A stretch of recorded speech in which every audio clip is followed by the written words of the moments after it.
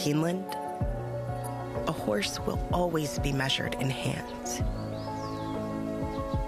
Hands that see, that sense, that speak. Hands that hold our sport to a higher standard, not for our sake, but for theirs, for the love of the horse, for generations to come.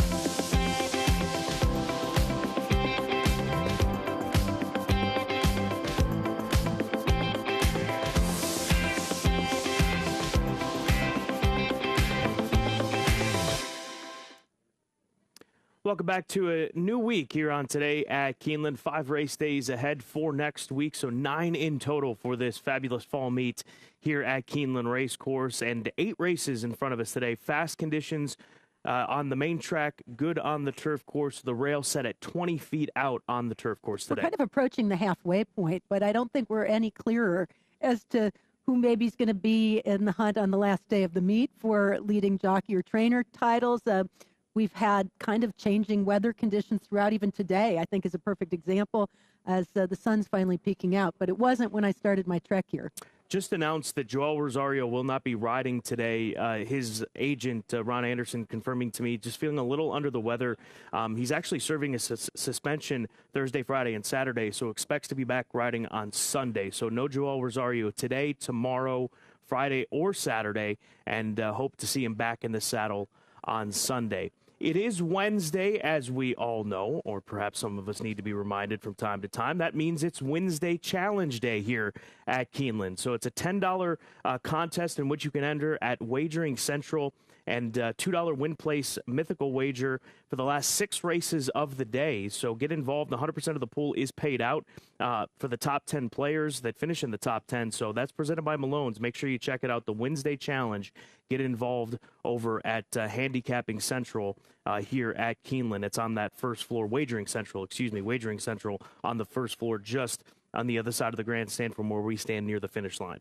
There's also more ways to win for the players because there's a big carryover. That's right. Coming up later today.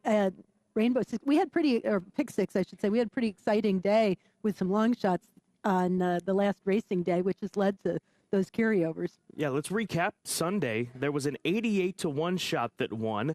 The heavy favorite Caravel lost in the Franklin Stakes, so that leads to the carryover and big payouts. Heaven Street was not a surprise, though, in race number 5 for Maker and Gaffleone in the Dub Silks, putting together a strong effort. And then Cozy Rags, there's that 88-1 shot. Keeneland Sale graduate, absolutely shocking everybody. With one of the biggest prices we've seen in recent history. Worth the price of admission just to see the celebration that was going on as jockey Andre Calleja getting his first Keeneland victory, and a huge contingent of people surrounding that one. And then in the Franklin, Tony Ann narrowly over Caravel in her first start off a layoff. She was just a little flat-footed in the early stages, didn't show her usual speed, but sure made a race out of it. Mr. Bob, a Keeneland graduate for Robert Falcone Jr., the trainer, able to just get up and get the victory over the hard luck D. Wayne Lucas horse who went off as favorite. He just continues to run good races but can't get there in the end. And R. Callie Kim in race number 9 to close things out. Most important one of the day for me, because it was the only winner.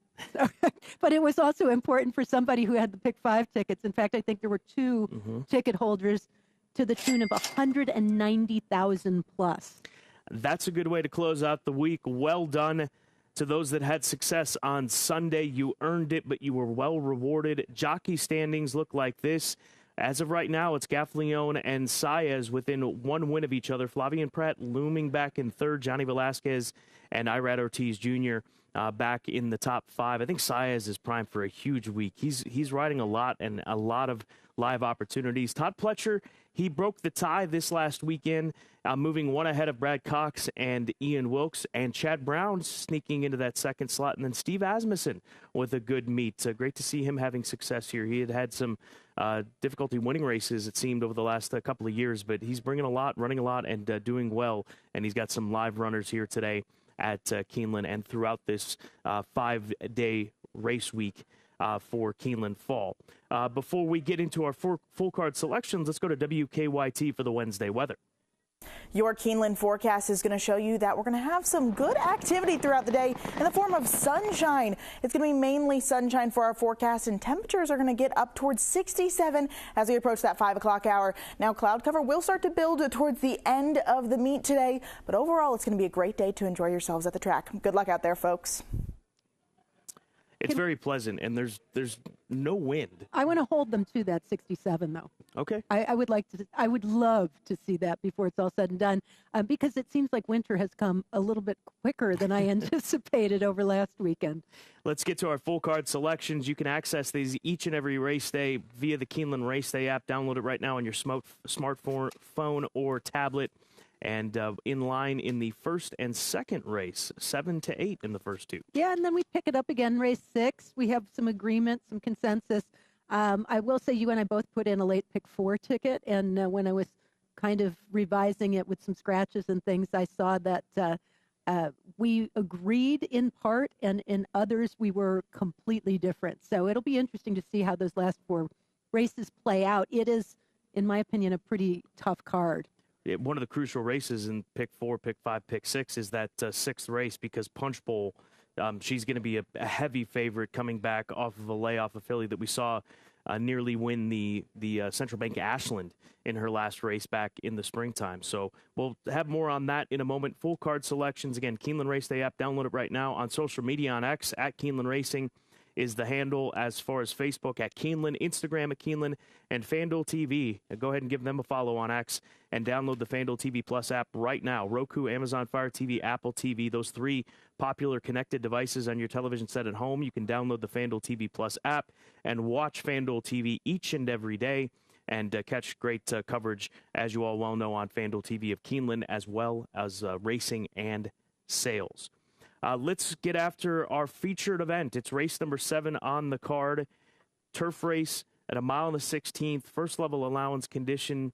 You can see the scratch of the 3, the 13, 14, and 15. And Ola Gata, the number 5 horse, is the morning line favorite for Chad Brown, coming off of 2 solid runs as of late and a maiden win at Kentucky Downs, coming from well off the pace.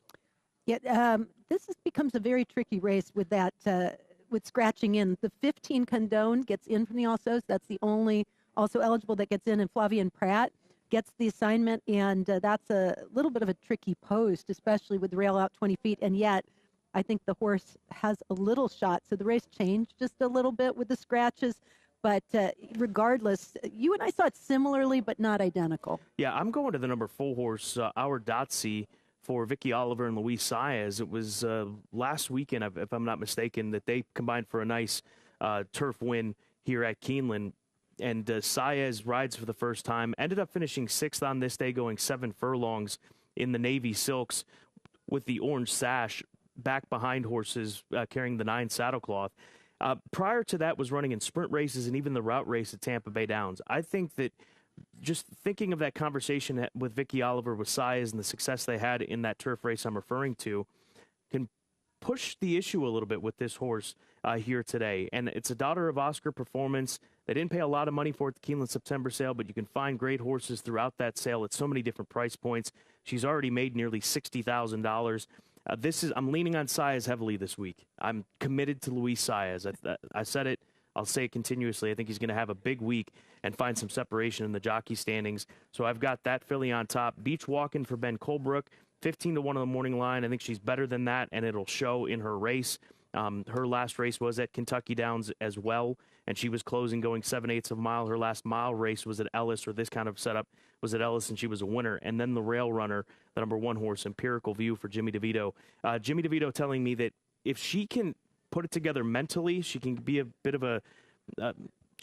difficult at times. If she can stay level and calm, that she'll run a big race. She has talent. So make it Corrales on Empirical View. I've got her in the 3rd choice, and she's 1 for 1 on the turf. It's a family of turf winners, so it's no surprise that moving over to the grass really moved her forward. So 4-10-1 for me in race number 7. This is a race full of troubled trips and horses who have not quite put it together as far as focus and kind of running style.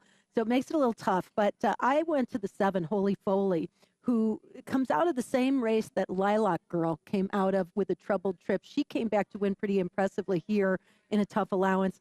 Holy Foley in this last race at Kentucky Downs gets pinched back. You're going to see her out the back. That's her in the green silks, or toward the back, that is. And she is going to kind of race on up and make a move first to get into position, and then this is almost through the stretch.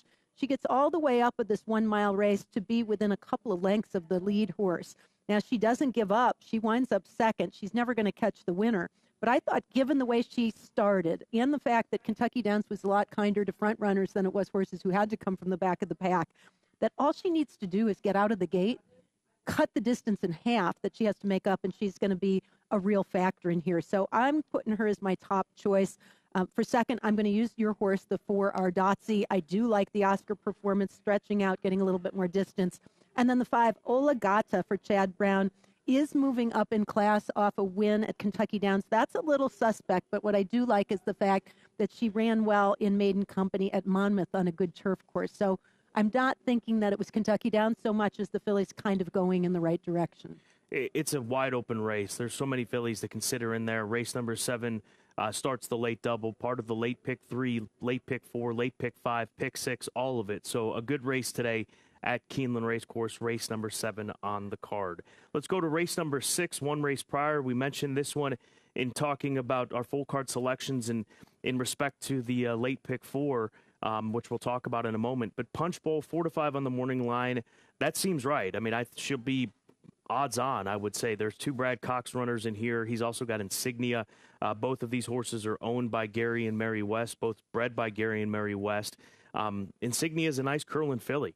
There's no question about it. But when it comes to Punch Bowl, this Uncle Mo filly from the sweet Southern Saint First Dam Devilish Lady, she was really, really good back in the springtime. She won her first 2 starts at Oaklawn Park, did so in different styles. She came from off the pace, sprinting in the mud, and then went around ground and ran away from him.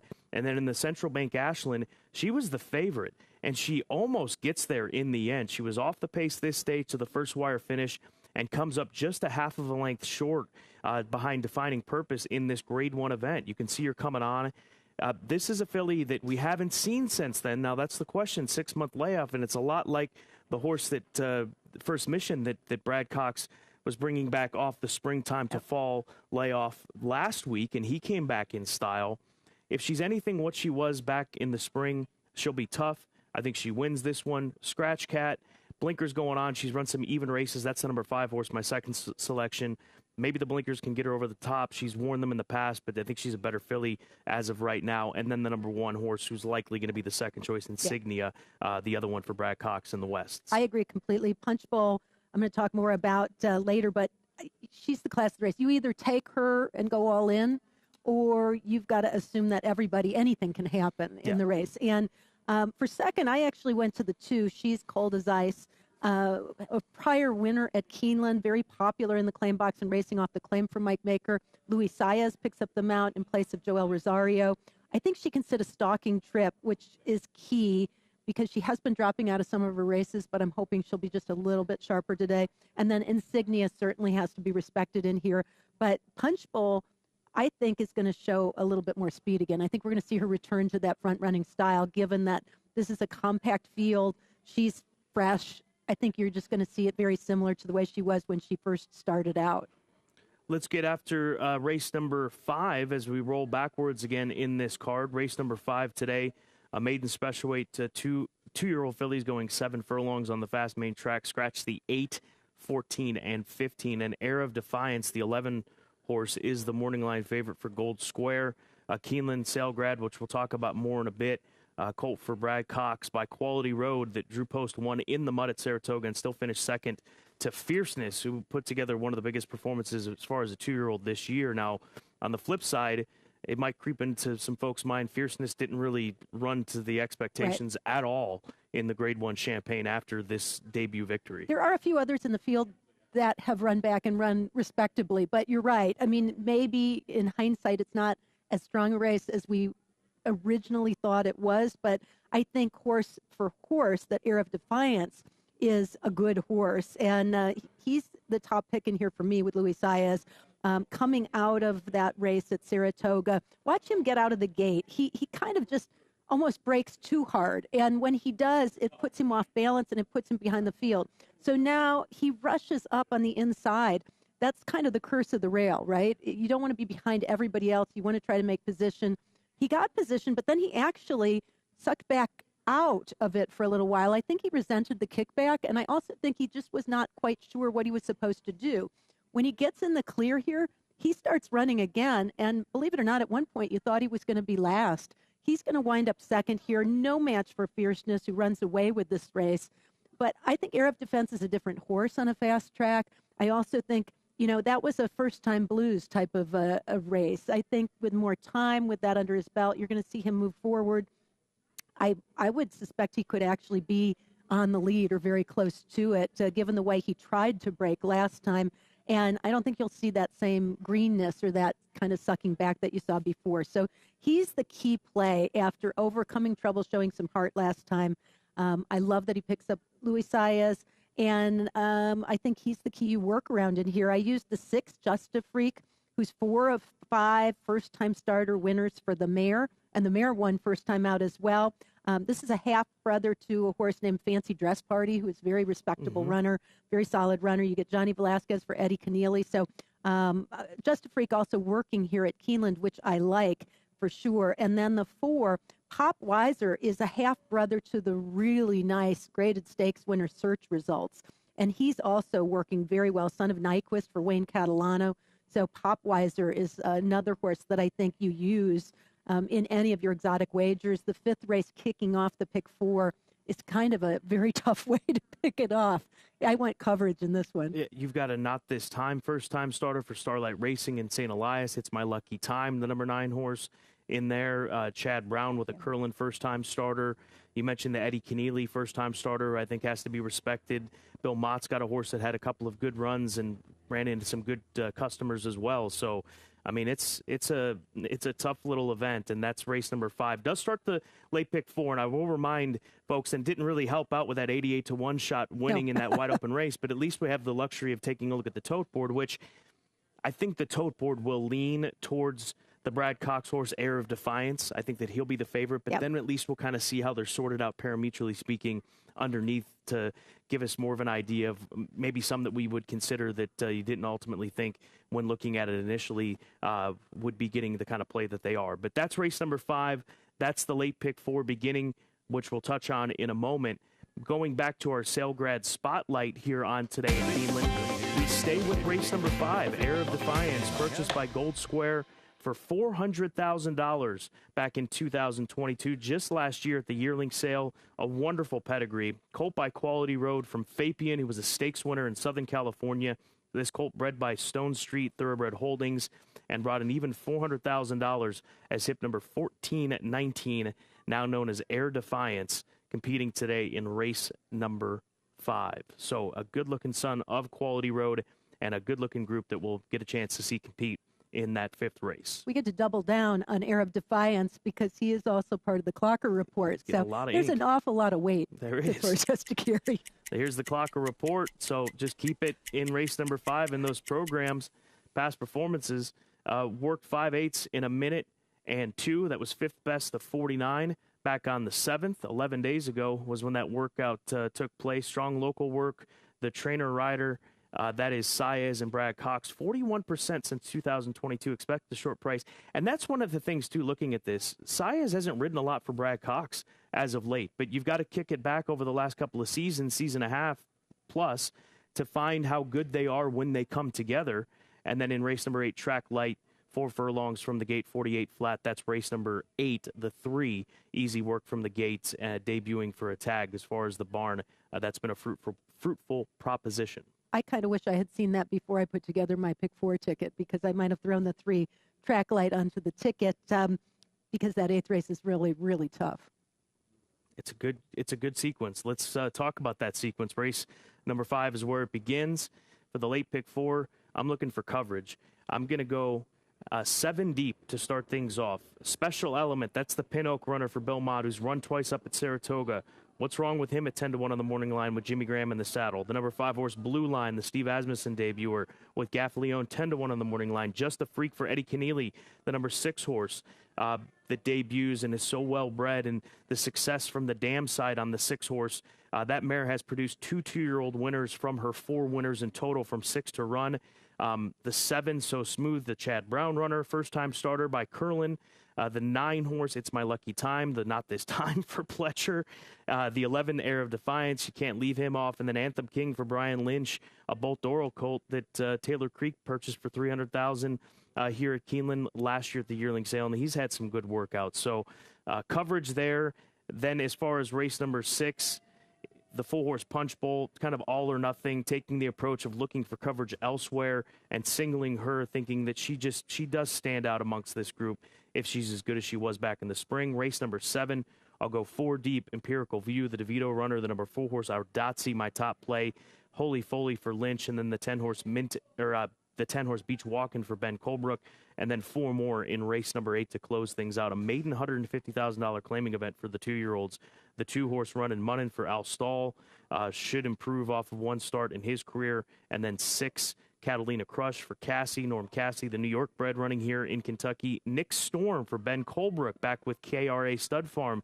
Think of Nick's Go. He began his career with Ben Colebrook, and that relationship being sparked up with Nick Storm in that nightcap, the number 7 horse, and then Army Kid, a Cody Rosine trained colt by Army Mule. I like Army Mule all over. So that's why I'm going towards that number 10 horse at a price, because our Sons and Daughters of Army Mule are winning at a 19% clip first time out. So that's why I throw the 10 in that 8th race on the ticket. You and I can both hit this for sure, but and we see it very similarly, especially race 5. I'm using all the horses you are, just not as much coverage. I tried to narrow it down a little bit because I was a little worried if we get a few favorites in here, it's not going to pay a lot. So I don't want to make the cost of the ticket too high that we don't maximize the profit.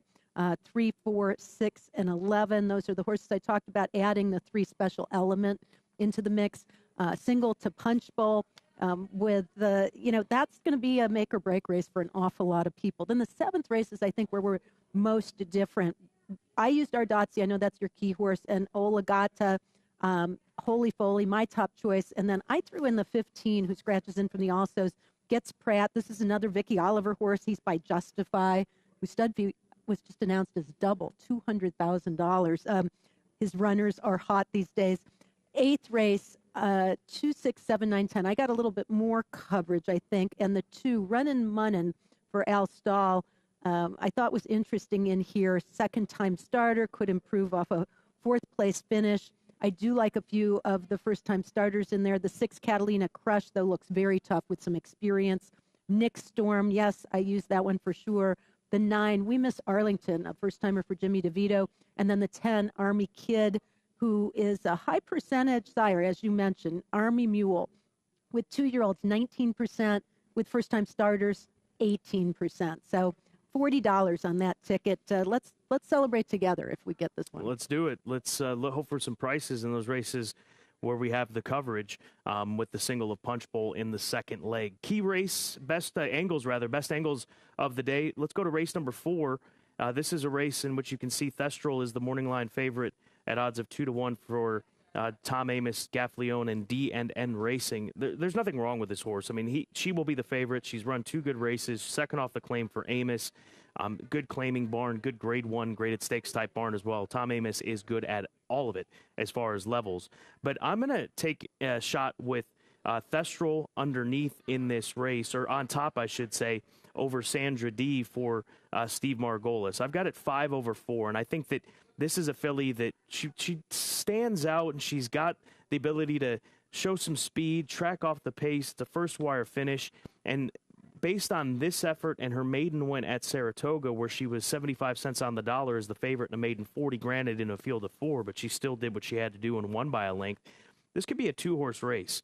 Thestral and Sandra D, and they're drawn right next to each other. I think Sandra D could go with David Cohen and be out in front of her, and Tyler Gaffleone lays right back, and then they just start to move away from the field, and that's the race. That's how I see it. So I'll take a shot with a straight exacta 5/4 for $10, $1, however you want to play it. 5/4 in race number 4 at Keeneland for my best angle. I like Thestral a lot as well. I went to the 6th race and just used Punch Bowl. I think this is a little bit of a cop-out, but she's a class of the race. Sometimes favorites are your friend. I think that's Gabby's moniker, and I appreciate it, too, because if you can't beat them, play them. Use them. Use her in trifectas. Use her as your key horse in your late race sequence. I went 4-2-1 cold trifecta there because I do think She's Cold as Ice might offer some value. If you look at this race, I went back to her allowance race at Oaklawn Park at 1 1/16 because I think it's most similar to when she's at her best, which is when she makes the lead. I think she's all grit on the front end. She didn't have an easy lead in the early stages, and they went through the half mile in a contested 46-4. But she just thrives on the competition and opens up from there. I think she'll be sharp today. The 1 1/16, we know she handles beautifully, and she's the class of the race. So a trifecta 4-2-1 for Caton in race number 6. Those are our best angles. Let's go for the biggest long shot or best long shot play of the day. Here's Tom Leach.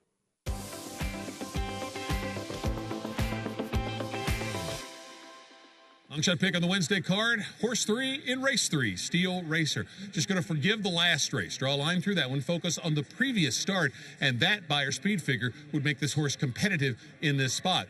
Dropping in class, and Luis Saez in the saddle is a nice addition. So Steel Racer, the long shot pick in race 3. Steel Racer, race number 3, 33, the numbers there for Tom Leach, and Steel Racer, that daughter of Gervin, who definitely could bounce back today in against Onward as a 2 company off of that run at Churchill. I think that it's going to be interesting to see the flow of the races early to give us a little idea as to how we play the pick 6 in particular. That's right. We've got the pick 4 that starts with race 5. That pick 6 starts early in the card. So you want to jump in because you're playing with other people's money that are already in the pool. And I actually think today is a day where, you know, if you get one upset, if Punch Bowl doesn't win, for example, then you're sitting in a great position if you could make a case for somebody else in there. You also have a few other races like the 5th race that could go any one of a number of directions for a big price. That pick 6, don't forget the carryover number, $52,497 carrying from Sunday after that challenging card with the upsets that took place. So get involved in the pick 6 here today at Keeneland. For Caton, I'm Scott and the entire team. Enjoy a beautiful fall Wednesday here at Keeneland Racecourse.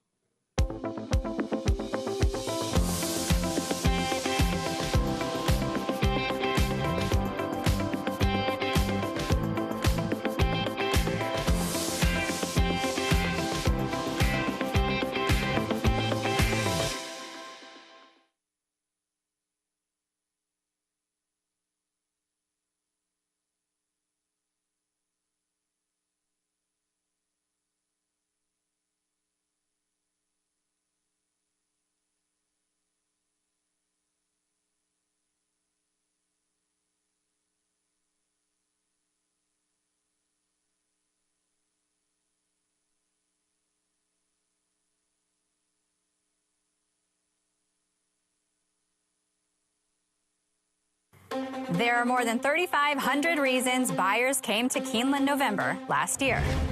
Because as you look to the future, this is where you'll find whatever you're looking for. And then some. And then some more. The place you have to be to find the one you have to have. Join us as the world comes to Keeneland, November 8th through the 16th. Browse the catalog at november.keeneland.com. The bloodline of these brothers is fearless and uncompromising. The fun, adventurous Tacoma, outselling everything in its class for 18 years. The legendary 4Runner, proving itself off-road for 4 decades. The best-in-class Tundra, designed and engineered in the USA. And introducing the powerfully efficient Sequoia, all new from the ground up, with technology and comfort for all. Toyota's 4 brothers, sibling rivalry at its finest. Toyota. Let's go places.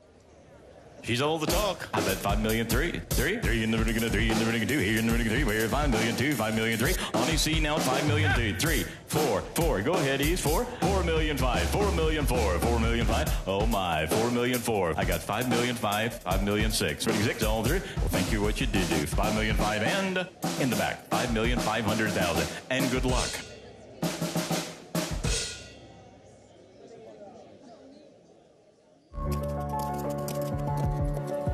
Keeneland, a horse will always be measured in hands. Hands that see, that sense, that speak. Hands that hold our sport to a higher standard, not for our sake, but for theirs, for the love of the horse, for generations to come.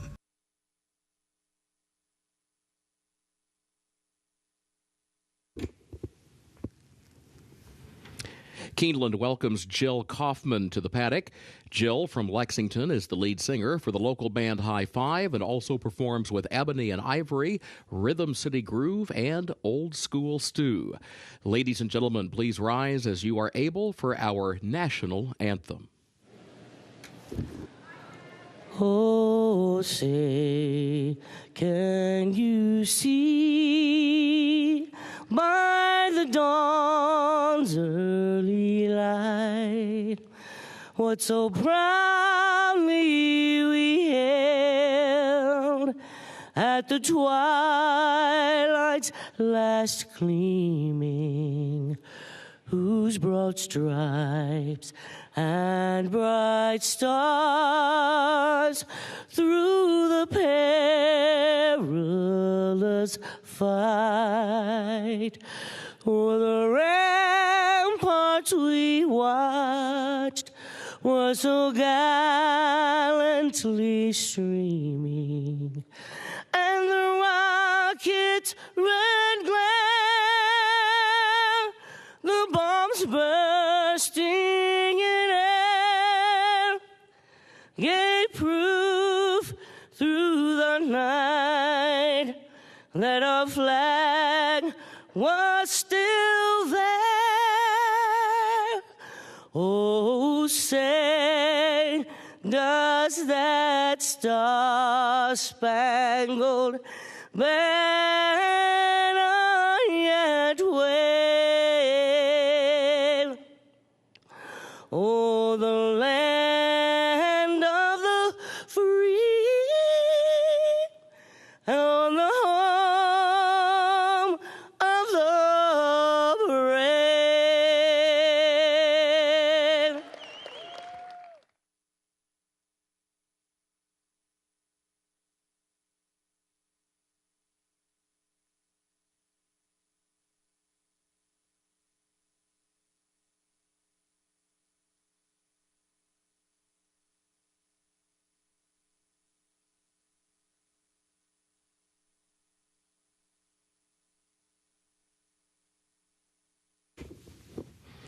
Keeneland is proud to recognize Scott Cooper from the Track Kitchen as the Employee of the Day. Scott, congratulations.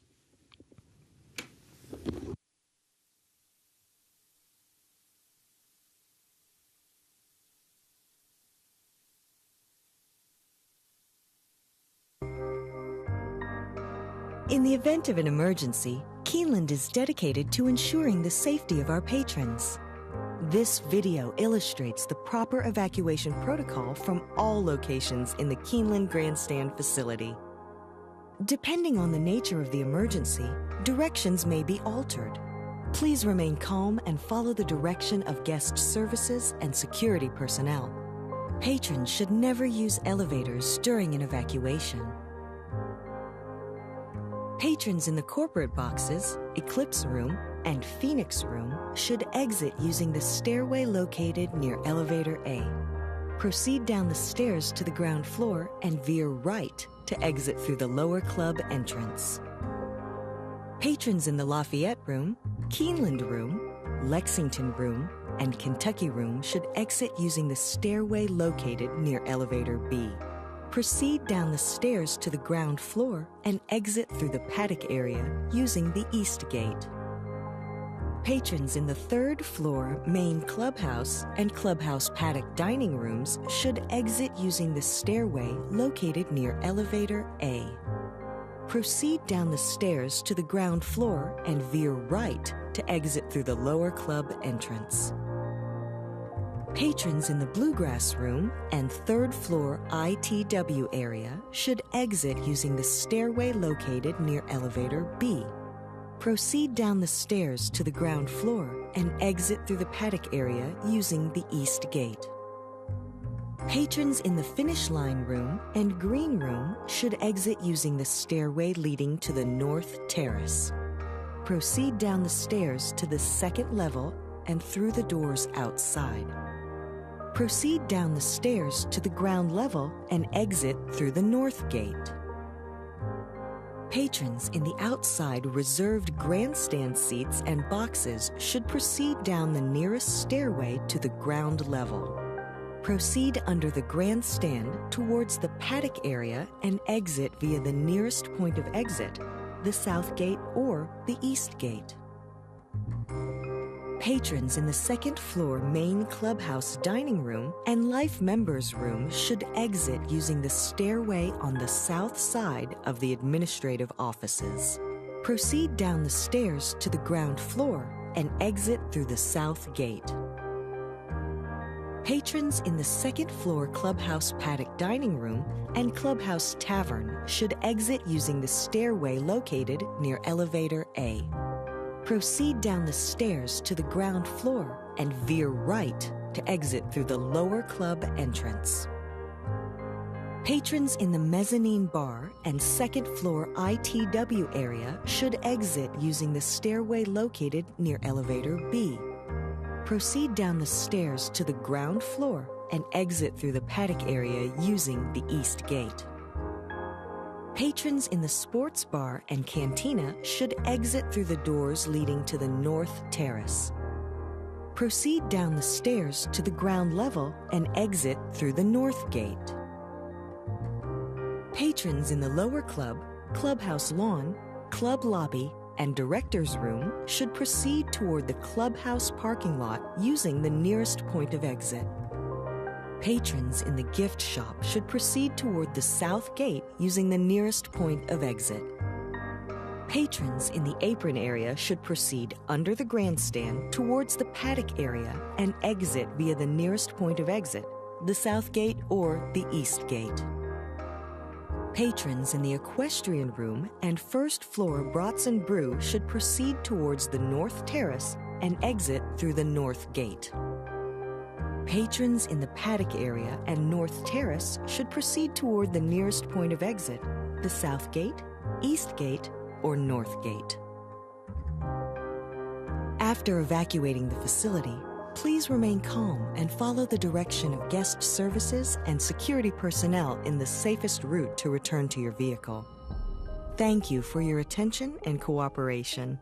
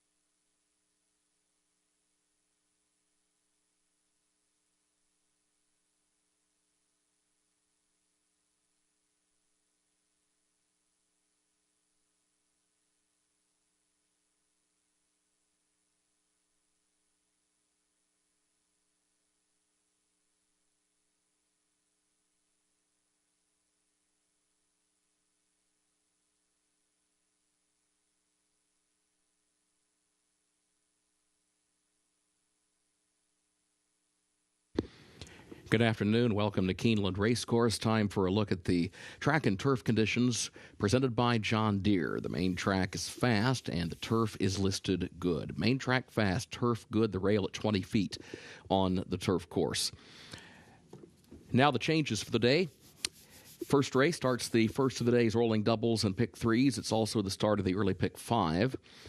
In the opener, scratch the 4 Ziva and scratch the 9 Stage Bell.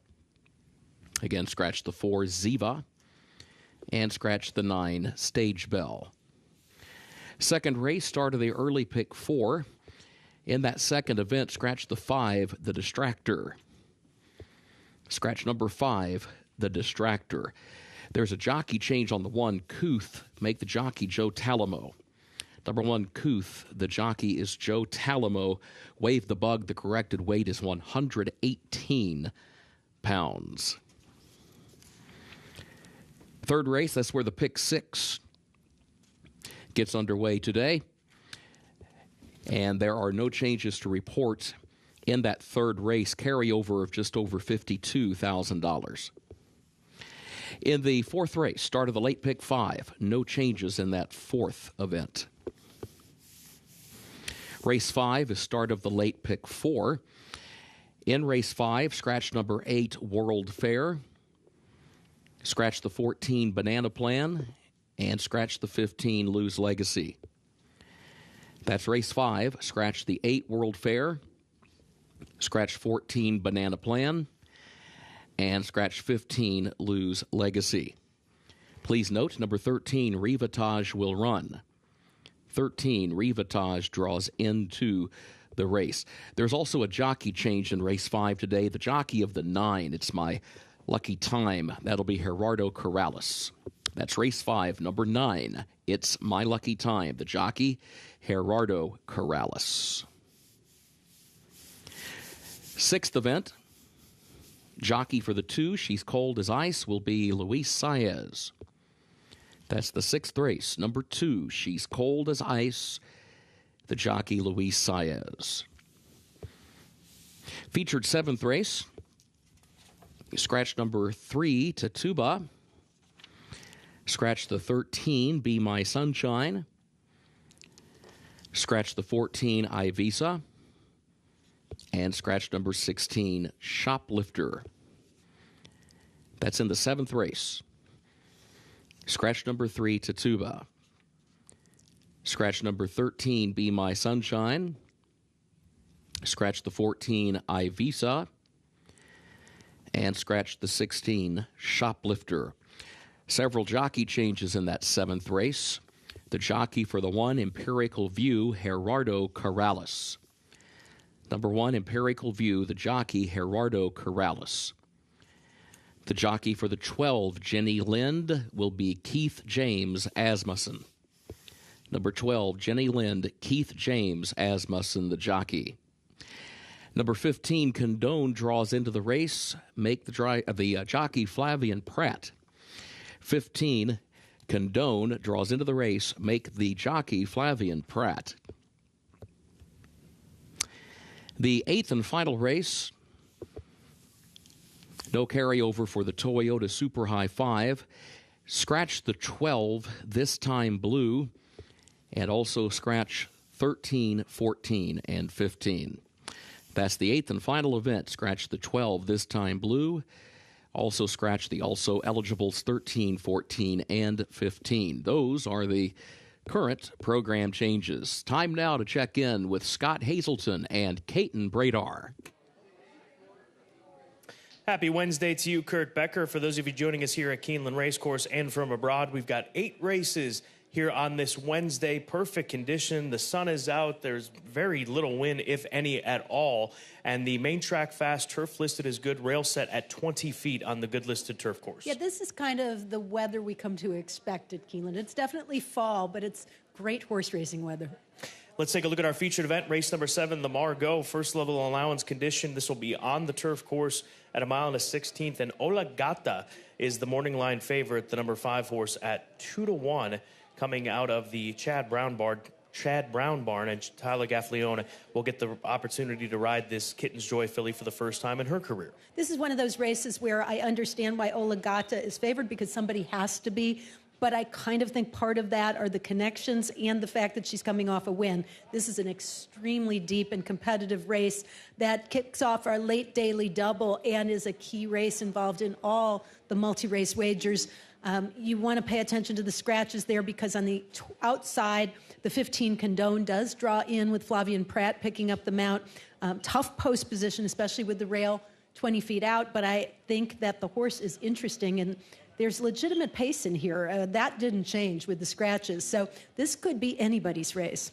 And speaking of multi-race exotics, the pool for the pick six, $52,497 coming into today, because we have a carryover from Sunday of over $52,000. With it being an 8-race card, the pick six begins early, race number 3. So we're just about an hour and 19 minutes away from the start of the pick six, with that carryover coming into the Wednesday card. Beautiful Wednesday here at Keeneland. Good luck. The first race comes at the top of the hour.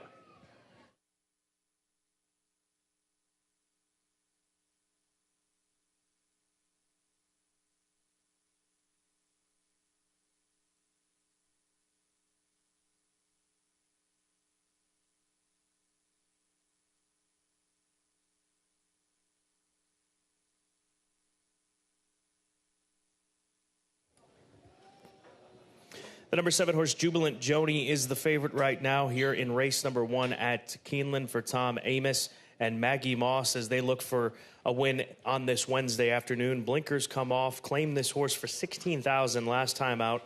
Put together a strong enough performance to finish 4th that day as the favorite, but jumps up a level to maiden 30. And Tom Amos and Maggie Moss, for years, they have been getting it done first off the claim. So no surprise that this number 7 horse is taking the action that she is. Currently 9-5 on the board. She's my top play, and I know yours as well, Kate. Yeah, you know, I think she's most likely to lead, right? She may have more speed than anybody else in this field, and she was a decent 4th last out, but Tom is so effective off the claim, 23% winners. I do have a question mark about the distance, whether she really wants to go 7 furlongs if she's on the lead, but maybe that could be the key that enables her to relax and carry her speed. Also, the blinkers off could help her in that department. So, yeah, she seems like the one to beat, although I think the 6, Velochita, first time for a claiming price, is interesting here for Cherie DeVoe. When she moves into the claiming ranks, it's a pretty effective move, almost 20% winners. And this one was second against Maiden Special Weight Company in her debut. That was back in May, and it was at Horseshoe Indianapolis, but still, it was the best they had to offer in the category. And I think that type of a move is probably good enough to win in here. My third choice is the 8, Alter the Stars, for Michael Tomlinson. Gavin Ashton rode this filly at Colonial back in August to a 2nd place finish. Now, her debut was not all that impressive and just was not good at Ellis Park, and went and took a big step forward as far as improvement at Colonial. I think most of that had to do with the start. She just didn't break sharp at Ellis on debut, but she did for 10, and I think she fits this level if you're looking for a price with Alter the Stars, the number 8 horse, who's currently sitting at 10-1. And I went to the 2, Lady Free Will, who chased a fast pace in her debut at the same level over at Churchill Downs. She didn't make up much ground, but I think it's a different scenario today as far as the pace is concerned. I also don't think the extra furlong hurts her at all, because she does seem one-paced. It wasn't a horrible race, so it's probably very competitive here, and she's probably going to improve a little bit. And keep in mind that Corey Lannery is just 1 win away from a milestone 5,000 that puts him in the most elite of riders in the history of thoroughbred racing. 1 win away. He's got 2 mounts today, and one of them right here in the first race on the 2, Lady Free Will. Race number 1, less than 16 minutes to post. The favorite still the number 7 horse at 2-1.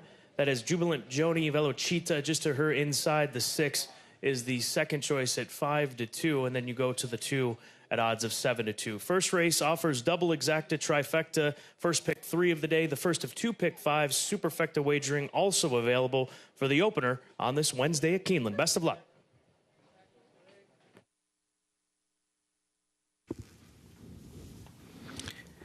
Thoroughbred Industry Employee Awards is pleased to sponsor the Best Turned Out Awards today at Keeneland. Representatives will judge the horses in the paddock prior to each race and present the groom responsible for the Best Turned Out racehorse with a $300 cash award.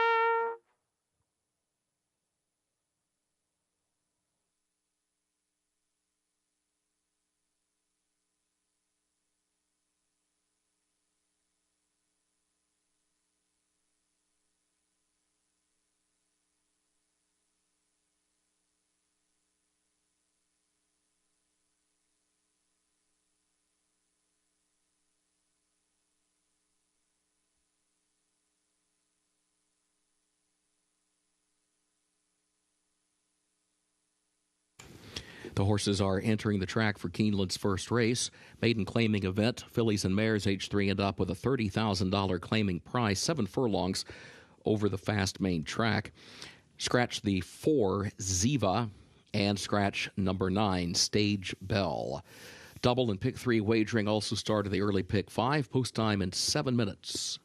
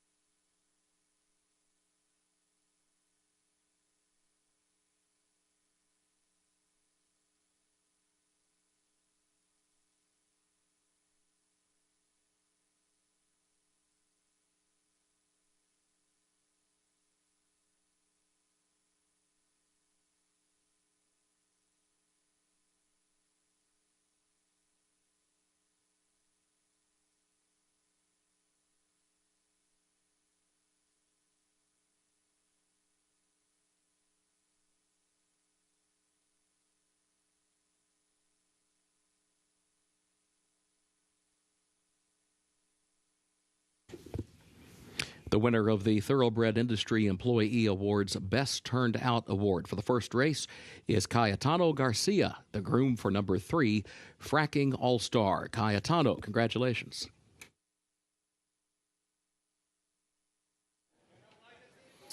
Race number 1, 5 minutes to post. It's between 2 as far as favoritism, the 7 and the 6. And I thought it really was between the 2 of them from just a physical build. These are just much bigger, stouter fillies. And Jubilant Joni, the number 7 horse carrying the Maggie Moss Silks, Tom Amos said, we're going to go. It's about trying to get her to relax. That's what it comes down to, going this extra distance. She was coming off the layoff last time out, the day in which they claimed her, so perhaps needed that race. But this is going to be a pretty straightforward approach. Even with the blinkers off, she will be forward in this race. Yeah, you know, I think that having seen her in the paddock, that she is capable of getting the distance. I had some question marks beforehand, but she's big. She looks like she's got a nice long stride.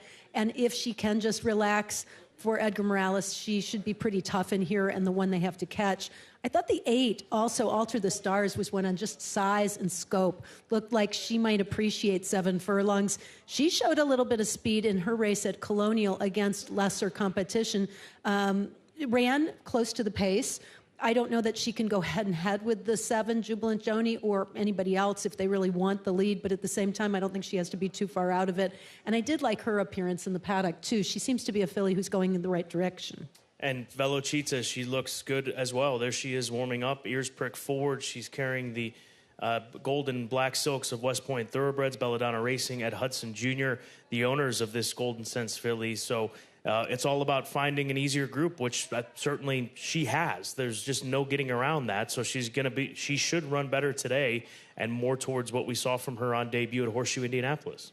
Yeah, for sure. She's a little bit more scrappy, athletic looking, not as big, towering big as the 6, 7, as the 7 or 8. But that sometimes is a very good thing, especially with these sprint distances, because she does have that sprint build, nice hindquarters, looks like she's got that square shoulder that can catapult her into the race. And I like the fact that she's coming out of a mile race here. That's a 2-turn race over at Ellis Park to get ready for 7 furlongs, which can be a test for a few of these horses. Very nice pick 5 pull to get things started at Keeneland. Over 167,000, less than 2 minutes to post.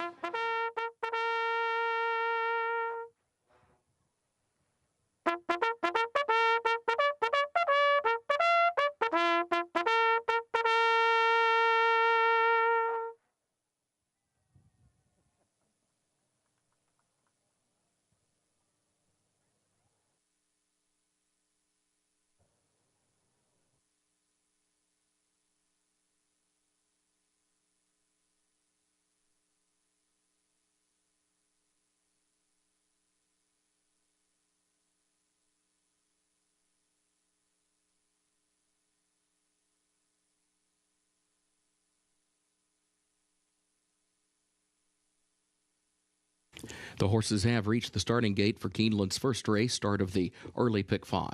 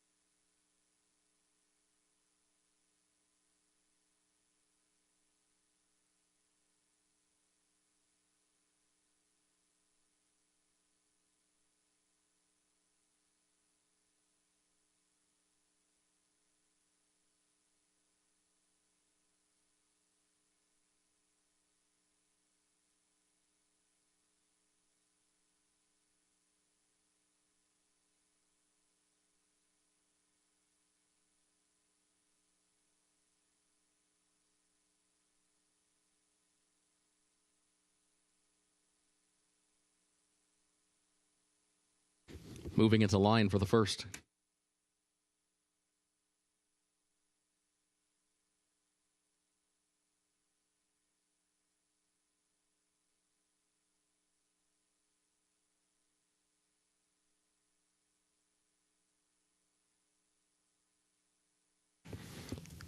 After the Stars comes forward along with Fracking All-Star.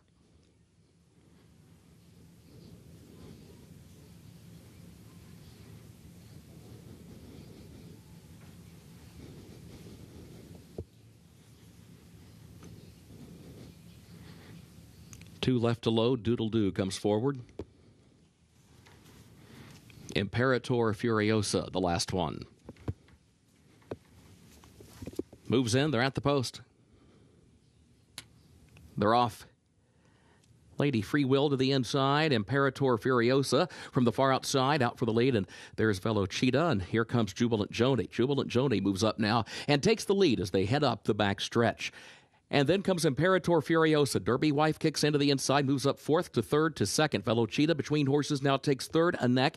Imperator Furiosa 4th. Up on her outside, Doodle-Doo 5th in between horses. After the Stars is moving up between horses in 6th, 5 lengths off the lead. Lady Free Will is in 7th, and Fracking All-Star is last of the 8, 23.24 seconds for the opening quarter. Jubilant Joni, the leader to the far turn, and leads it by a length and a half. Derby Wife right behind her in second, a half length. Imperator Furiosa moves up 3 lanes off the rail from third into second, just off the leader's flank. Imperator Furiosa tries to draw alongside of Jubilant Joni, who still leads it by a length, though. Then a gap of 6 more to Derby Wife, struggling to keep up after the Stars goes wide up into the 4th position, a couple of lengths behind Derby Wife as they turn for home. Back up front, though, Jubilant Joni is still chased by Imperator Furiosa. That's the battle for the lead, coming by the 8th pole. Jubilant Joni opens up by 2, by 3, by 3.5. Imperator Furiosa second, then a gap of 7 back to Derby Wife, Lady Free Will, and after the Stars, past the 16th pole goes Jubilant Joni.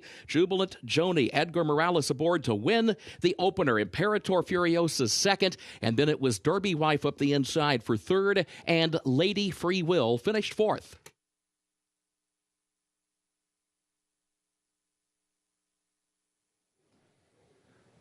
$7-10 won the top 3 in the opener at Keeneland, and they went to the lead, but one of the key aspects of this race, Caton, was the fraction. She was able to get the lead without having to go all that quick, thus having something left in the tank late. She did indeed, and Edgar Morales did a nice job of kind of nursing that speed, giving her a little bit of a breather in the middle of the race, and then right as Imperator Furiosa came at her, was able to have something left to dig in. The relaxation, the key, the blinkers come off, and victory here off the claim for Tom Amos.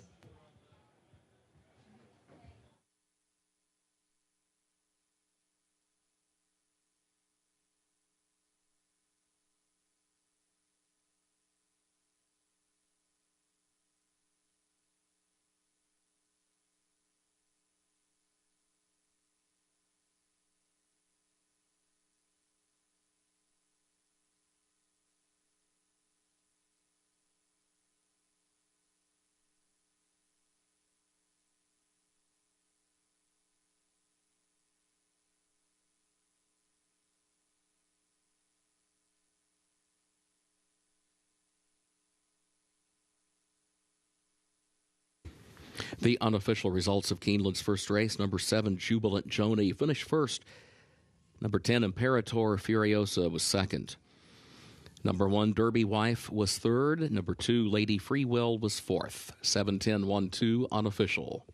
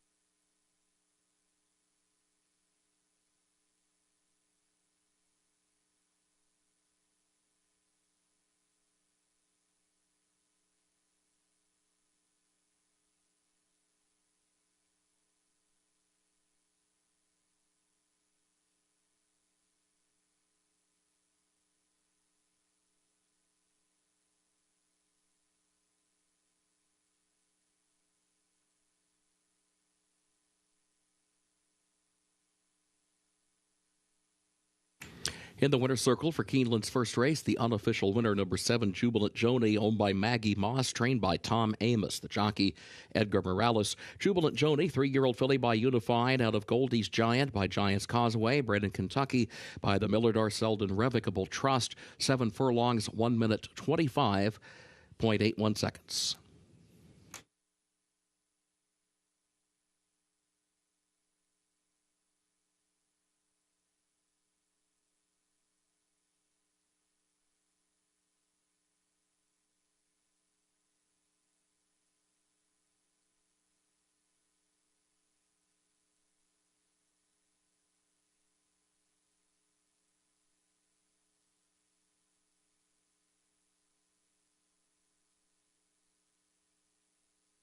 Results of Keeneland's first race official. 7-10-1-2, the official results.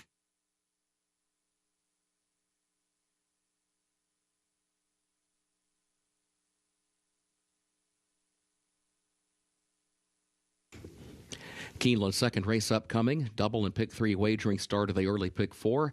Main track fast, turf good today. In this second race, scratch the 5, the Distractor. Scratch number 5, the Distractor.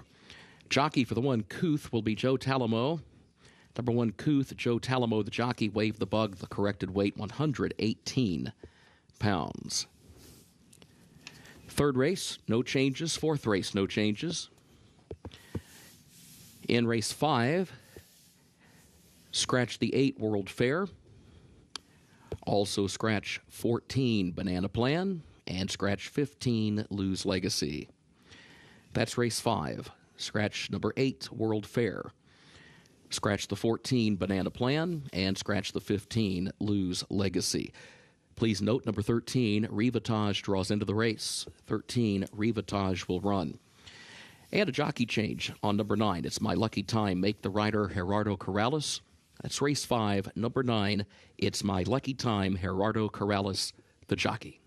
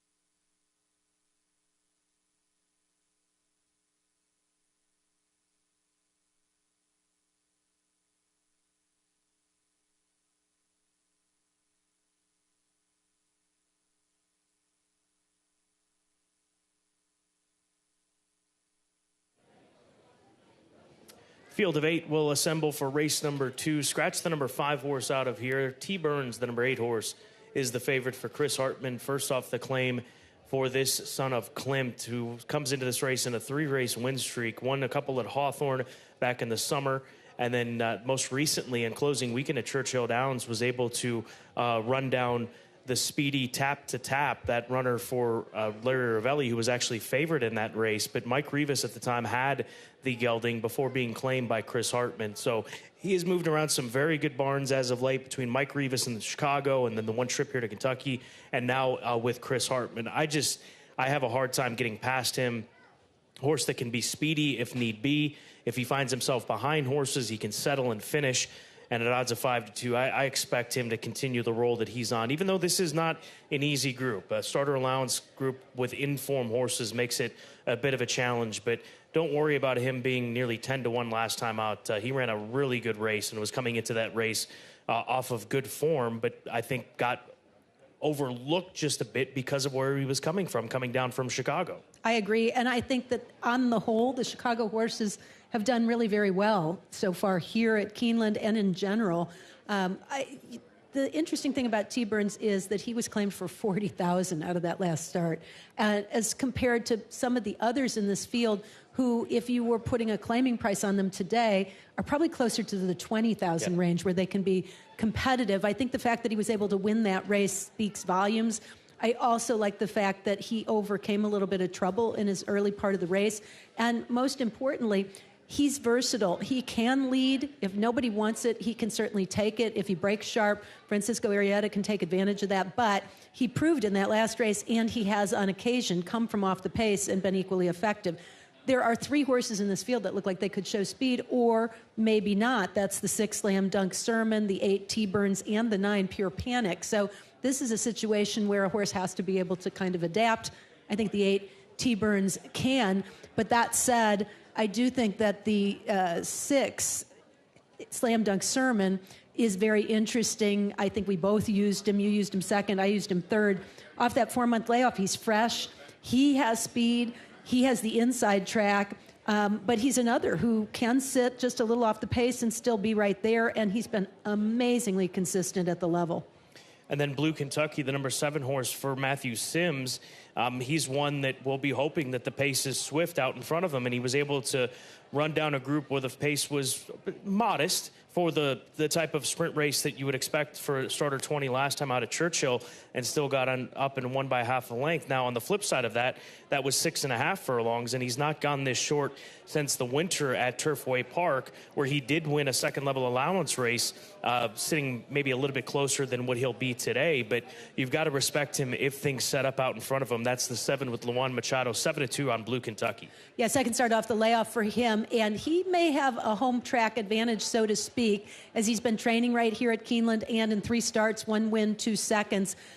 Blue Kentucky I like quite a bit, but I do think he's coming out of easier races than some of the others. And if you look, whenever he's tangled with Slam Dunk Sermon has gotten the better of him. So, you know, it's recency versus layoff horses, and basically who and how the pace is going to play out.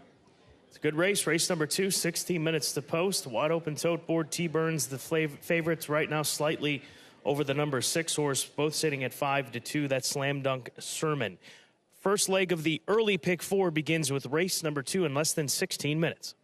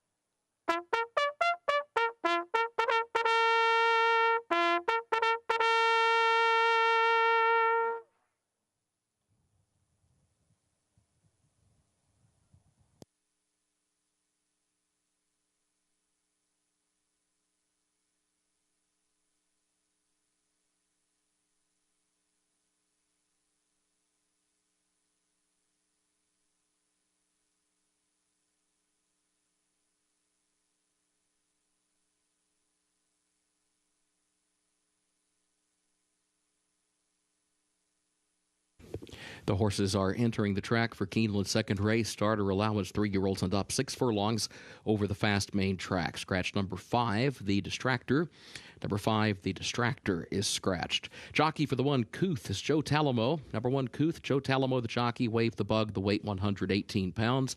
Double and pick 3 wagering start of the early pick 4. Post time at 7 minutes.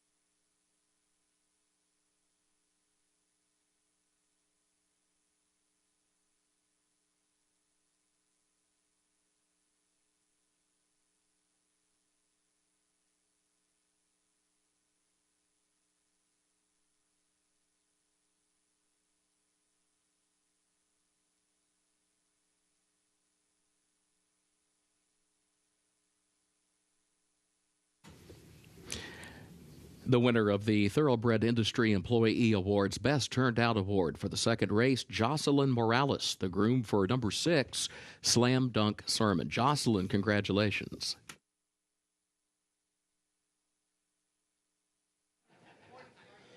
Let's talk about a couple of geldings we haven't had a chance to touch on, starting with Solidify, the number 3 horse for Juan Cano.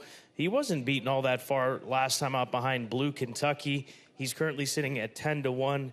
He's another one that will be trying to rally from off the pace, and he certainly has the ability to do so and potentially spring an upset, or at least to fill out one of the top 4 positions when it comes to exacta try and superfecta wagering. He's kind of an old warhorse, and he looked so good in the paddock that I had to throw him in here to talk about. Scott, he is 8 for 38 lifetime. You mentioned his last race where he wasn't far behind Blue Kentucky. He hasn't really finished in front of Slam Dunk Sermon very often, but he did beat him in a starter allowance at Ellis Park on June 23rd. And if he fires his best shot, he's very, very competitive here. He does get a favorable setup. There, I think, is a lot of speed in this race. So I think potentially Solidified does have a shot to hit the board. And again, really looks good out on the track. You always have to be aware of the horse cutting back in distance, and that's Franz Joseph, the number 4 horse, who's been going a mile 70 as of late. He's run some sprints this year, summer and springtime up at Presque Isle. He also comes in from Presque Isle onto the dirt here at Keeneland for his Keeneland debut. But the cutback in distance horses can always be dangerous, especially when you got a runner who's proven in sprint races. And he is very sharp, as you can see. He's on the muscle. He's very animated. Big class drop for him, exiting the Presque Isle Downs Mile and the Wesman Memorial at Presque Isle Stakes competition. He was very competitive in the distance races, but he has won in these sprint situations before. And I don't know if he's going to show the same speed coming out of those routes and moving from the synthetic to the dirt, but he's only had a few opportunities to try. One of those races was an allowance at Churchill Downs, and he actually didn't run terribly in it, but it was much earlier in his career. Looks like he might be a little bit better horse right now than he was the last time he tried the dirt. So he's sort of the wild card in here. The 8's now the favorite at 2-1. T. Burns just a half a click off of the number 6 at 5-2. T. Burns for Chris Hartman off the claim. 2 minutes to post, race 2, first leg of the pick 4.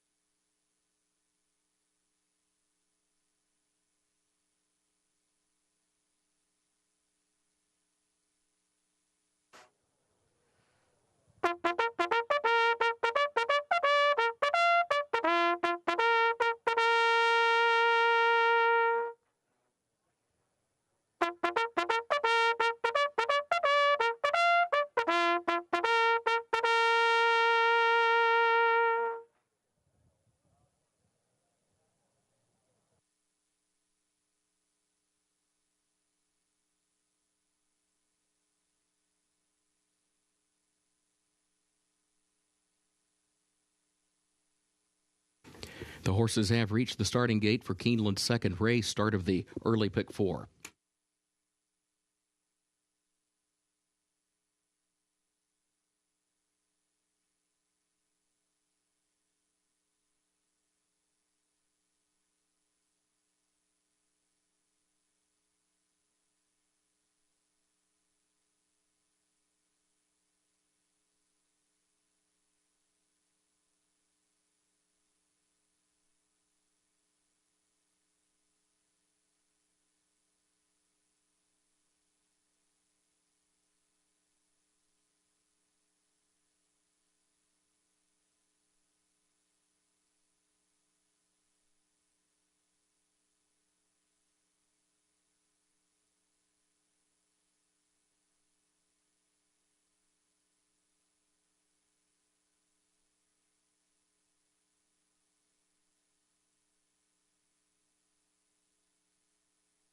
Moving into line, race 2.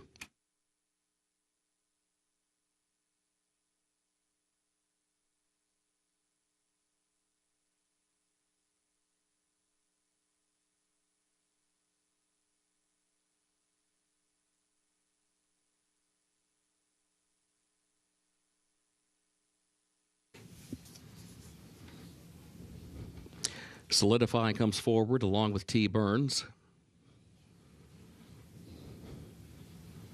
Franz Joseph into the gate. Pure Panic, the last one. Moves in, they're at the post.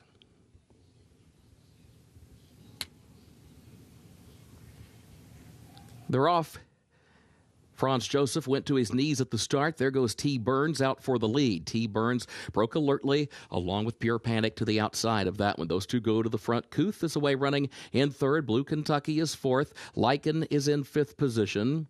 And then Solidify moves up toward the inside in sixth, but running 7 lengths off the lead onto the far turn. Slam Dunk Sermon is next to last, and then a gap of 15 more lengths back to Franz Joseph after that awkward beginning. 22.39 seconds was the time for the opening quarter. T. Burns the leader by a half length midway on the turn. Pure Panic is second by a length and a half. Kuth is third by 3. Solidify moves up the inside in fourth, a half length. Blue Kentucky fifth on the outside of that one, 7 lengths from the leader. Quarter mile to go. T. Burns the leader. T. Burns on top by a length and a half off the far turn. Pure Panic takes aim again, but still second from the outside. Solidify third toward the rail. Then Kuth, Blue Kentucky, and Lycan, who's sixth on the outside. And here comes Solidify. Solidify finds an opening to the inside of T. Burns. Now, T. Burns still has the lead and neck, but Solidify at the 16th pole has just taken over. Yoel Novice and Solidify moving up the rail for the win. T. Burns second, Pure Panic third. Blue Kentucky was fourth.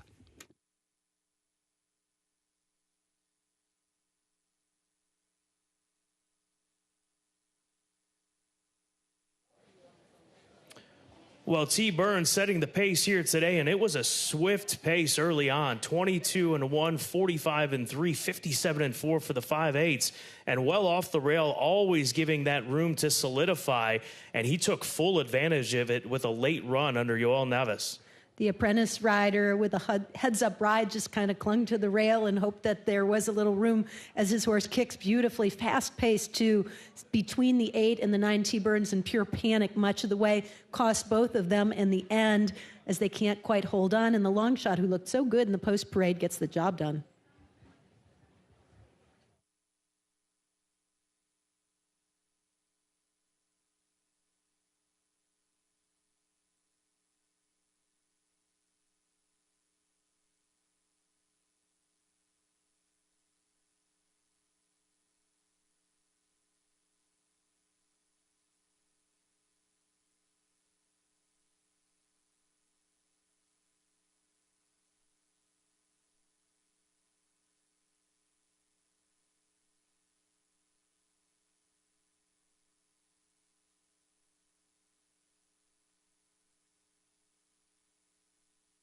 The unofficial results of Keeneland's second race. Number 3, Solidify, finished first.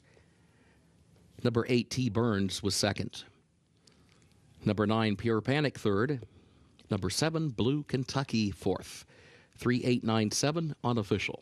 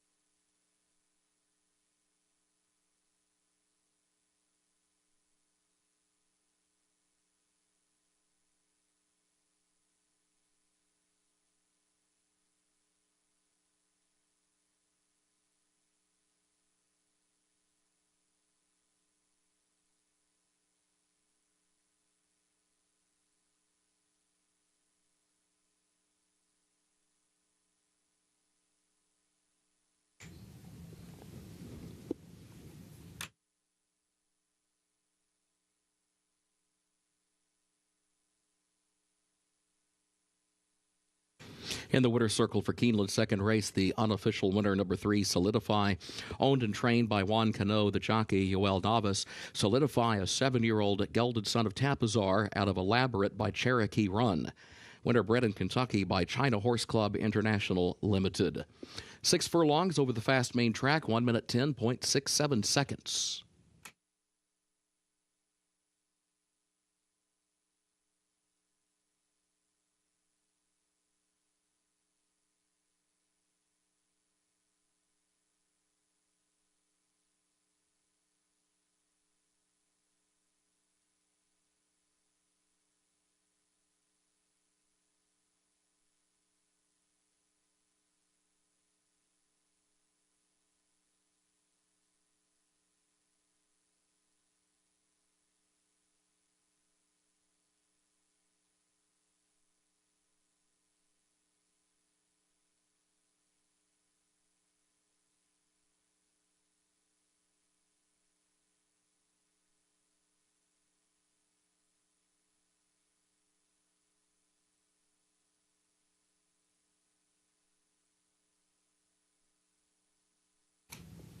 We direct your attention to the winner's circle at this time.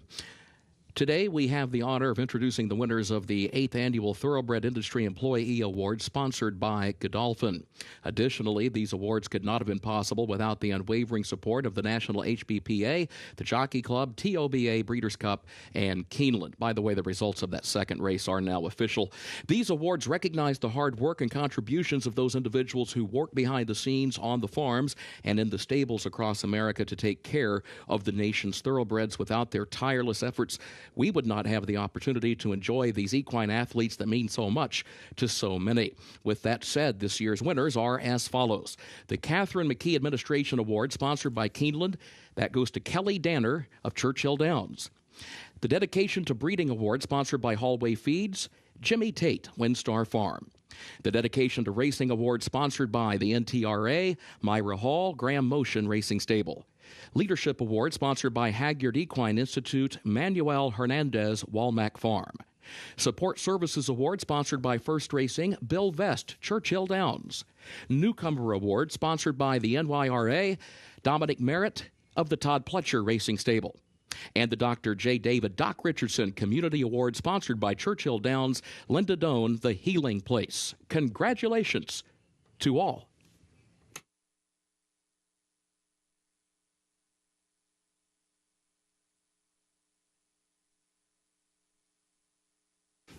And again, the results of Race 2 are official. 3-8-9-7, the official results for that second race.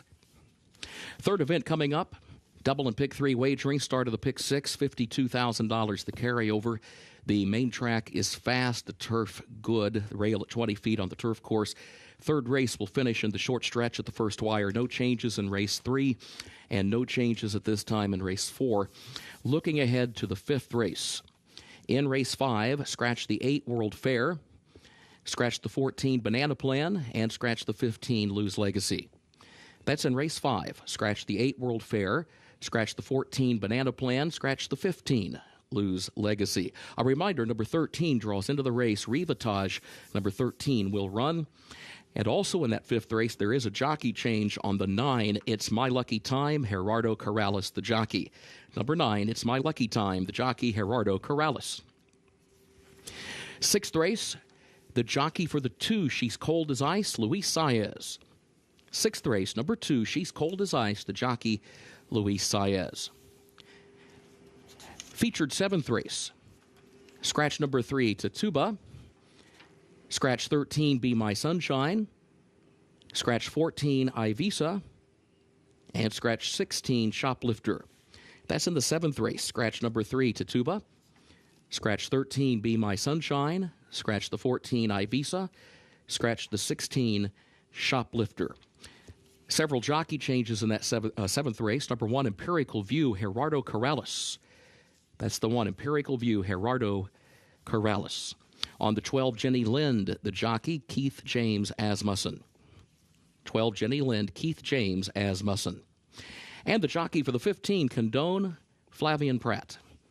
15, Condone, the jockey, Flavian Pratt. Eighth and final race, scratch the 12, this time blue. Also scratch 13, 14, and 15. That's the eighth and final race. Scratch the 12, this time blue. Also scratch the also eligibles 13, 14, and 15.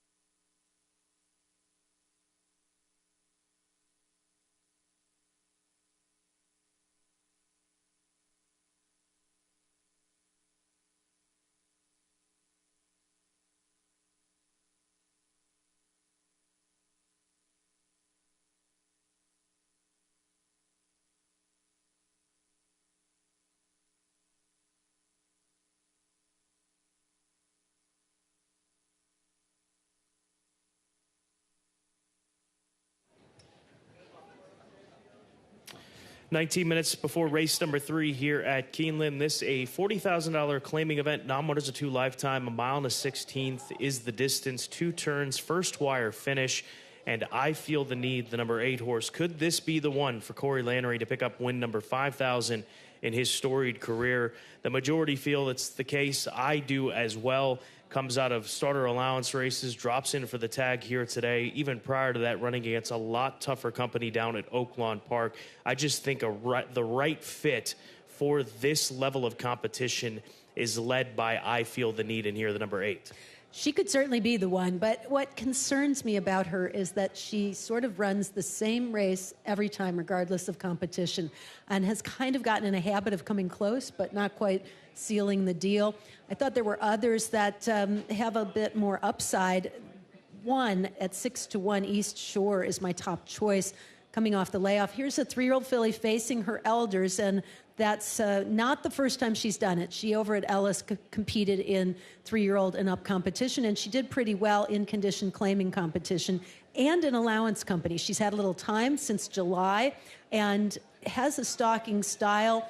I just feel like she's kind of sneaky and a little under the radar, that her races were a little better than they might look at first glance.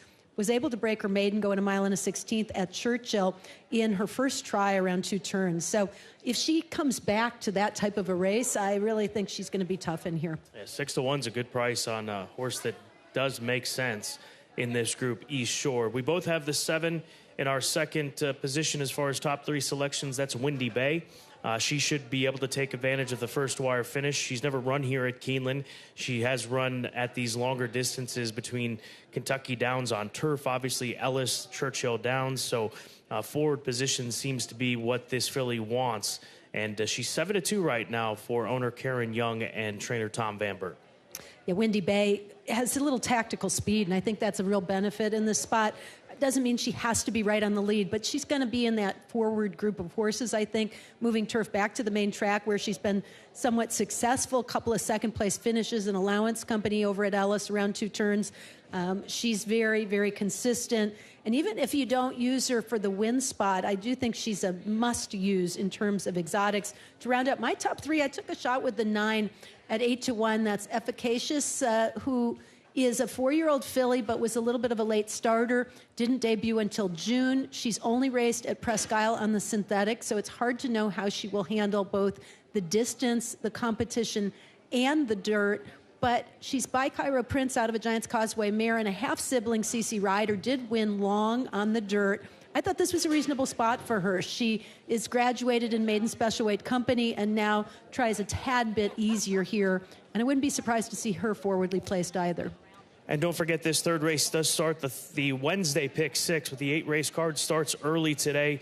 We have that carryover from the Sunday card of nearly $60,000 in money moving from that pool into the pool today. So get involved in the pick 6. $1 minimum, which begins with race number 3 in less than 16 minutes here at Keeneland.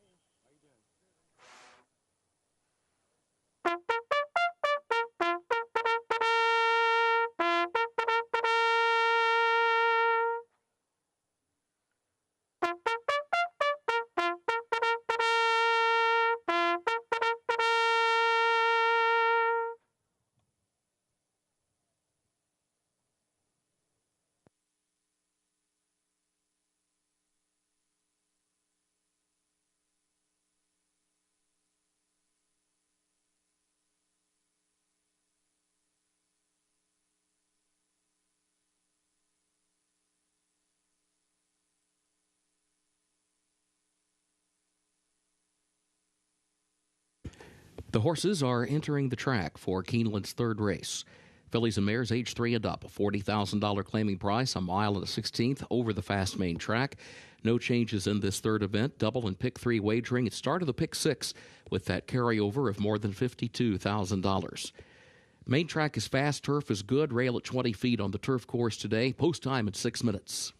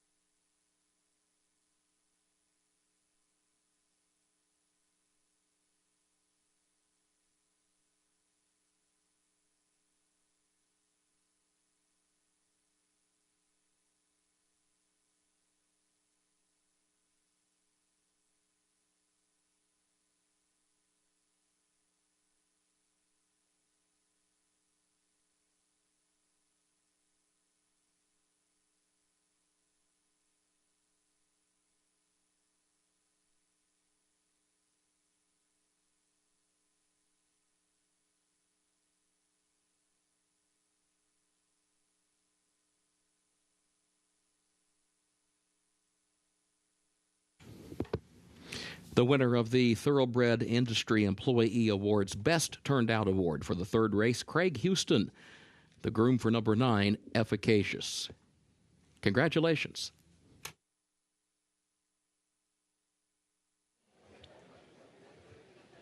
There's a look at Corey Lannery, and I Feel the Need for Chris Hartman, still the favorite at odds of 2-1, as this will be the first leg of the pick 6 with that carryover from Sunday. A very nice pool, nearing $200,000.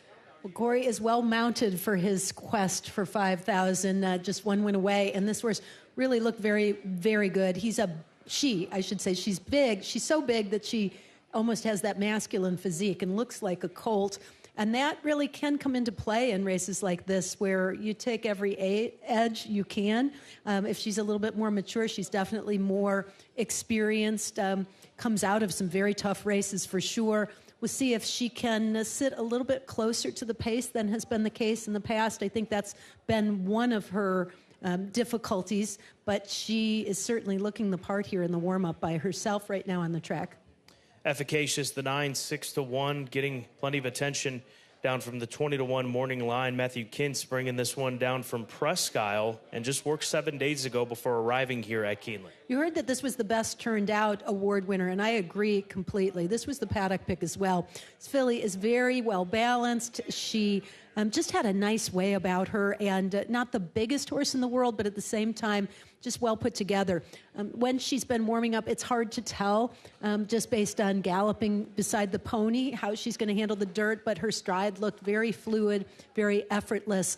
A lot of times the thing that's a concern is kickback. When horses transition to the dirt for the first time from a synthetic surface, the kickback can be very, very different, but I do think that Efficacious has enough early speed that perhaps she won't have to worry about that. So interesting play in here at 6-1. The 3 Steel Racer getting play 5-1 right now. Robert Medina, her trainer, telling me I think she's a horse that has to be close to the pace, and last time she was out of position and she really never was able to get any kind of position. He says he thinks that Luis Saez will get her out on top of the pace. So at 5-1, if you pay attention to the tote board, and you should, she's live on it. Tom Leach's Price play Broker Maiden for $50,000 over Ellis around 2 turns and did it with that stalking style. Looks to rebound after a disappointing effort last out.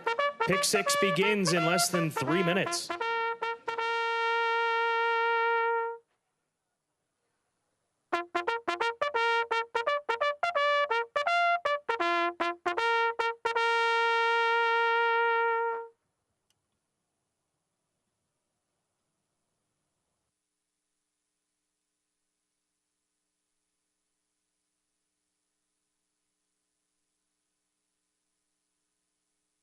The horses have reached the starting gate for Keeneland's third race, start of the pick 6.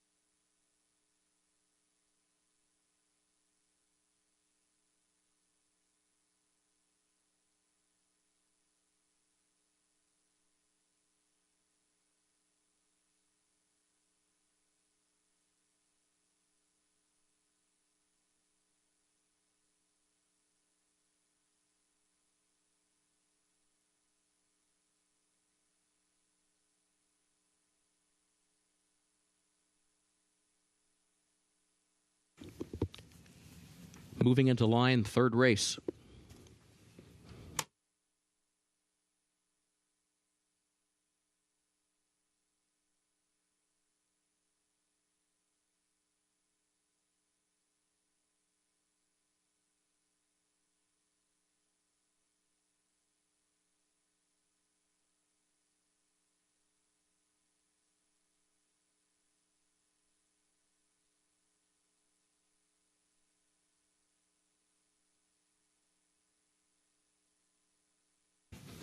Catherine Blaze and Wendy Bay into the gate.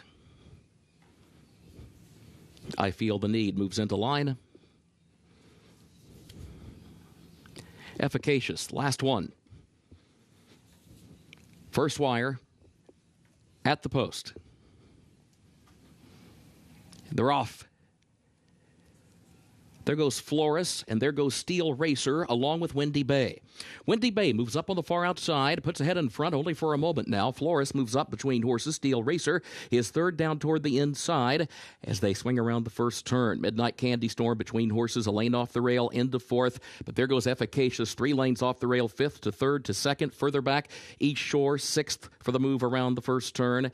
And then Catherine Blaze is in seventh. Rosario's Prayer is eighth. I Feel the Need, last of the 9, opening quarter, 23.89 seconds, and on to the backstretch, Wendy Bay, the leader. Wendy Bay leads it by 3/4 of a length. Efficacious goes second, a length and a half to Midnight Candy Storm outside of Flores. Flores moves up the inside now to third by just a neck. Steel Racer behind that one against the rail is now taking over the 5th position and is joined there by East Shore toward the outside in 6th. I Feel the Need moves up 2 spots against the rail from last into 7th. Further back, Catherine Blaze and Rosario's Prayer, first half mile, 48.23 seconds. On to the final turn, Wendy Bay leading Efficacious. Midnight Candy Storm is moving up to the outside, third to second, still a length off the lead. So Wendy Bay leads it 3/4 of a length. Midnight Candy Storm is second by 2, and then Steel Racer third, a half length. East Shore fourth on the outside. I Feel the Need, less than a quarter mile to go, is fifth, trying to move up the rail, still 5 lengths from the front. It is Wendy Bay, the leader. I Feel the Need tries to come up the inside. East Shore is there on the outside. East Shore, I Feel the Need. I Feel the Need. A rail skimming ride for Corey Lannery that leads to his 5,000th career victory. Corey Lannery in front. I Feel the Need wins it.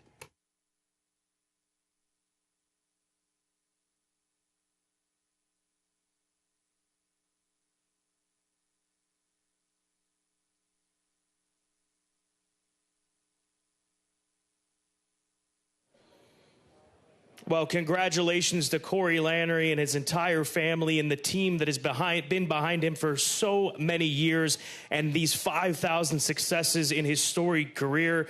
Make no mistake about it, this was a patented Corey Lannery ride, staying down on the inside, waiting, taking advantage of the hole, and of that hole that opened up, and kicking on to win 5,000 for the 5,000th time in his career. It's what he likes to do best, to skim the rail and save all the ground, and certainly did it here to get the victory quite convincingly, easing away from the field. There was a little jostling going on behind him, but certainly had nothing to do with the winner there, as I feel the need runs away from the field as the 2-1 favorite for win number 5,000.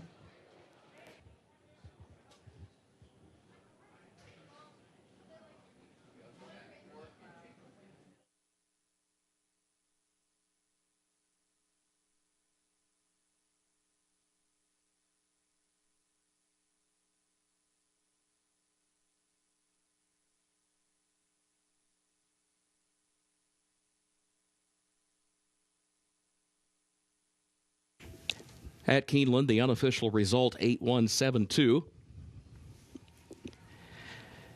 The inquiry sign and the objection sign are both posted. There's a steward's inquiry into the stretch run, and there's an objection pending as well. The jockey of the unofficial fourth-place finisher, number 2, Midnight Candy Storm, lodging a claim of foul against the unofficial runner-up, number 1, East Shore. So please hold all tickets. Inquiry and objection pending. Split screen, program feed, and the head on to the right.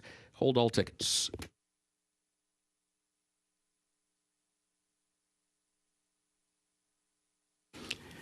Neither the inquiry nor the claim of foul concern the unofficial winner. Again, it concerns the unofficial second and fourth place finishers.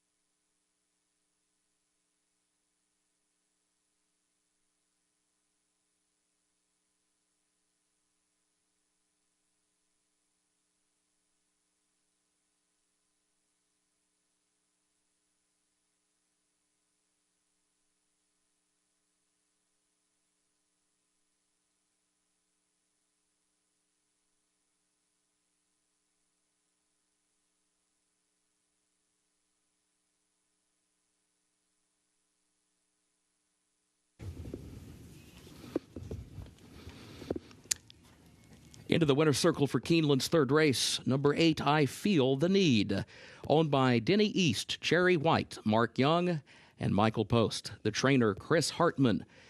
The jockey with his milestone 5,000th, Corey Lannery. I Feel the Need, a 4-year-old daughter of Keen Ice out of Primp by Bernardini, bred in Kentucky by Calumet Farm. Mile and a 16th over the fast main track, 1 minute 45.93 seconds. Inquiry and objection still pending concerning the unofficial second and fourth place finishers. Hold all tickets.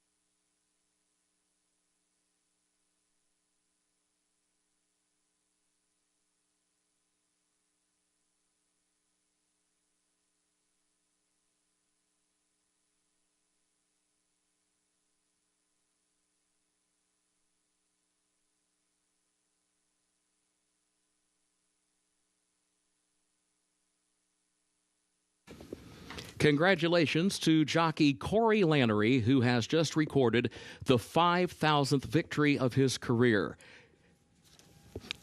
Corey, a longtime member of Keeneland's jockey colony, is one of 38 riders to reach this prestigious milestone.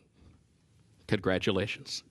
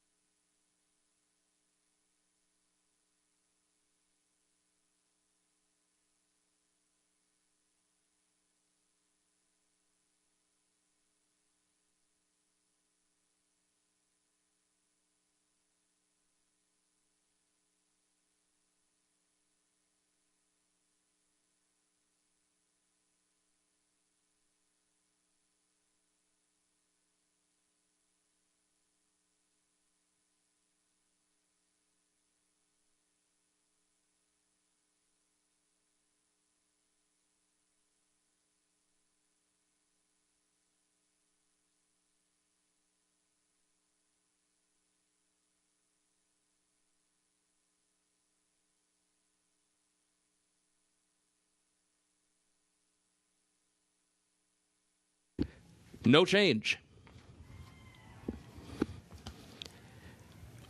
No change in the result. It will stand as is, 8-1, 7-2.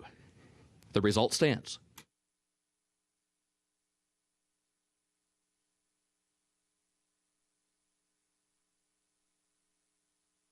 Third race results official, 8-1, 7-2, the official results.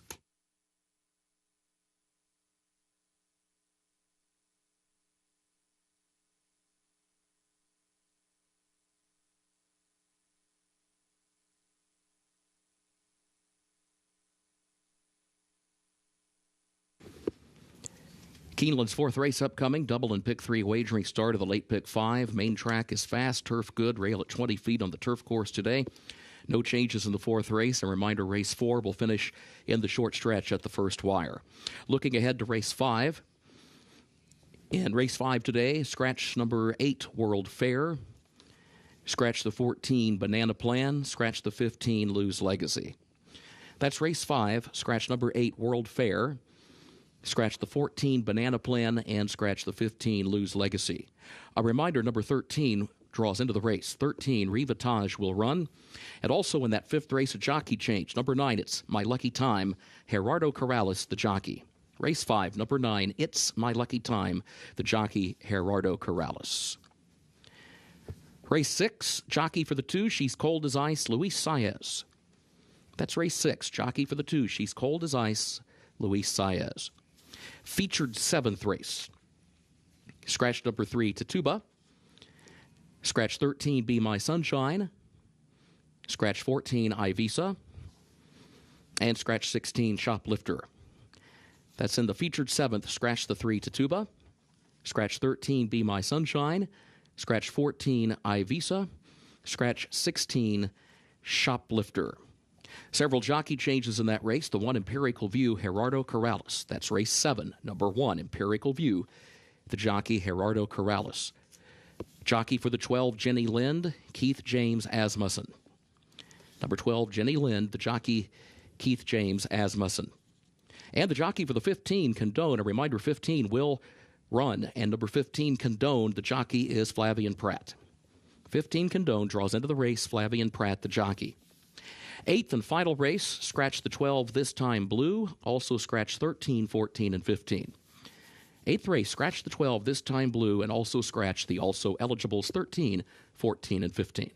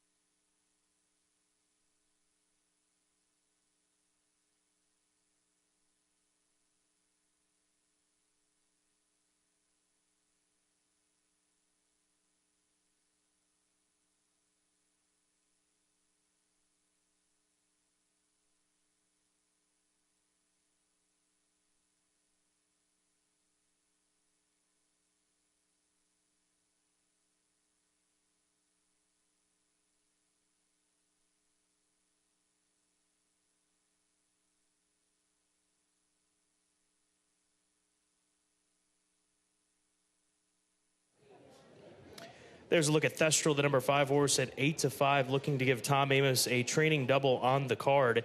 And Thestral for D&N Racing, a daughter of Cross Traffic, second off the claim for this filly. Her first race off the claim was a solid effort over at Churchill Downs, going a mile and a 16th. She had the lead at the top of that long Churchill Downs stretch, gets the short stretch first wire finish to work with here today, which really should play into her hand in race number 4. I really thought that she could get the jump on the competition. This is a race where you have a number of horses who on any given day could show some speed, but who don't generally go to the lead. So among them, to me, Thestral was perhaps the fastest naturally, and the one who wouldn't be most undone if she does find herself on the lead. I think she could just take advantage of it. It was kind of a tough beat last out, and against, I think, comparable competition to what she's going to face here.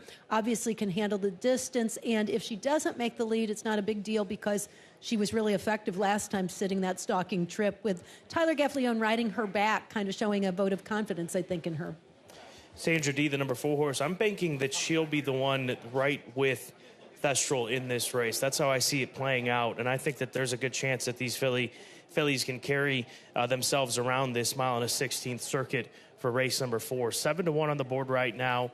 The second choice is the 7, but it's between the 7, the 3, 2, and 4 as far as the second money is concerned, and I think Sandra D has to be respected, much for many of the reasons, too, in talking about her ability in the 2-turn mile and a 16th race at Churchill Downs, that long stretch at Churchill, shorter stretch here today, and getting a chance to run at Keeneland for the first time in her career on dirt. Her only other previous run was in the early part of her career back in the springtime, where she tried turf and didn't really run all that bad.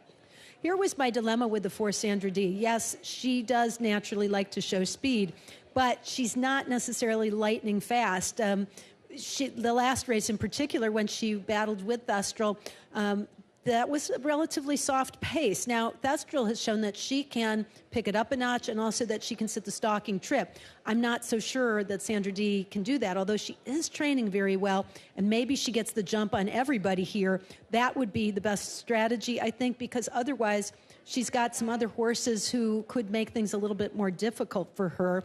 I went to the 7, Such Sounds, who I thought was maybe the main beneficiary of a lot of speed. Not real speed, but a lot of horses with similar running styles who I think could all try for the front. She tries the dirt for the first time and didn't run badly in her first try at Churchill Downs. This is also her third start off a form cycle, third start off a layoff, and a lot of times that's the best for a horse in terms of fitness. So I think Such Sounds, who was just 5.5 lengths behind Thestral, Sandra D, and the winner last time out, could definitely improve that position and maybe get a favorable setup. And the 2-horse Mustang Lady, she is dropping down in class from first-level allowance types in for the $80,000 tag. It's a high-level claiming race in which she'll be competing at, but you can see why this filly is taking the drop. She was at one point in time being run up against some of the best in the respective divisions, like the Grade 1 Darley Alcibiades back in 2022. But she hasn't won since her debut when sprinting 5.5 furlongs, where she came from way out of it to win that day. So the class relief, back on dirt, a couple of changes for Troy Newton and the Barrett partners, the owners of this filly. That could equal a better performance against this bunch today in race number 4. You know, just the class drop makes her a contender in my mind if she's anything close to what she used to be. She has definitely fallen on some hard times, but the last couple were on turf. Then she hit a sloppy track. Then she was back on turf. So you can kind of give her the benefit of the doubt on a lot of those races. And now, especially given the fact that she gets to run in a non-winners of 2 claiming race, I think she's one you have to take a look at and pay attention to. She broke her maiden in a maiden special weight from off the pace. She doesn't have to sit so far off the pace in here. And again, might get a really favorable setup. I also like the fact that Gerardo Corrales picks up the mount here. I think he'll be a good fit because I think she does enough or exactly what she's asked to do. Race number 4 will be the first leg of the always popular late pick 5 for the final 5 races of the day here at Keeneland.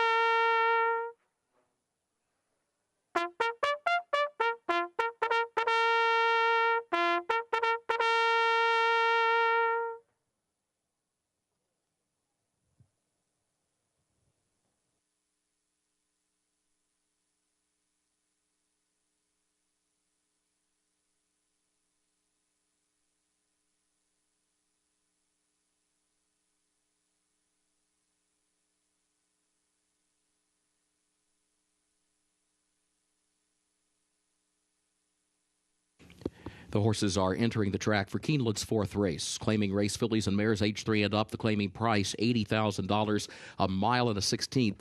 Over the fast main track, race will finish in the short stretch at the first wire. No changes in the fourth race. Double and pick 3 wagering started the late pick 5.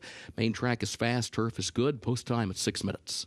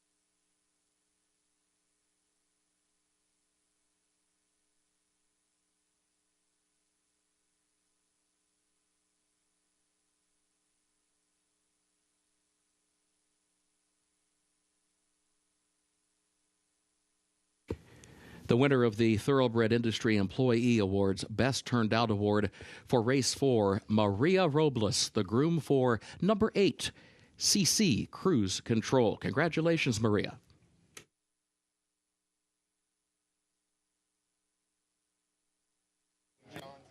The number 5 horse, Thestral, for Tom Amos, still the favorite, and rightfully so. Looking to continue the wave of chalk that we've seen here this afternoon on a Wednesday, which is a far cry from what we saw in the previous card on Sunday here at Keeneland. Boy, if you look at the stats for Tyler Gaffalione and Tom Amos over the past year, when they have teamed up, it's a 29% success rate with a return on investment ROI of $3.47, which is really high considering the number of short-priced horses that I would imagine this team has sent out. I think this one is the filly to beat. And look at her in the warm-up, just as she was in the paddock. She just looks in great health. She looks very enthusiastic, carried herself beautifully, and I think is the deserving favorite here. Such sounds. The number 7 horse is 9-2. She's the second choice currently in the wagering, and she's been running some solid races as of late, and especially with the move over to the dirt. That was an improved effort from her previous 2 runs at much longer distances on the turf course between Churchill and Saratoga. She was really sharp on her toes, and you can see her kind of tap dancing as she moves toward the starting gate in here as well. With Luis Saez taking on the assignment here, I see a lot of upside for her. The price is nice at 9-2, and I think she can sustain that tactical speed. Last time it looked to me like she just got a little bit tired in her first time running on the dirt at this distance of ground. A lot of times horses like her just need one to be fully fit, tightened, and ready to go. So I think this could be a good effort for her. Steve Margolis trains the full horse Sandra D, 8-1. He said they're just trying to figure out the best possible distance for her. That they were looking at a 1-turn mile option at Churchill Downs, didn't get that opportunity. She's a horse that has sprinted in the past. They've considered 6.5. She's here at the mile and a 16th, but he's hoping that she can show some speed and hopefully slow things down and have plenty left in the end. At 8-1, if you're looking for a price that figures, I think that she is worth a look. And as I saw it this morning on Today at Keeneland, I've got it 5/4. I'm playing a straight exacta here in race number 4. Definitely the 5, I think we're all in agreement, is the deserving 6-5 favorite in here. It'd be interesting to see how it plays out from a pace standpoint. Another good pull, late pick 5 pull quickly moving up to the $200,000 range and will be there in the next click. Just another 8,000 plus into the pool. Good luck. Get those plays in. It's race 4 at Keeneland.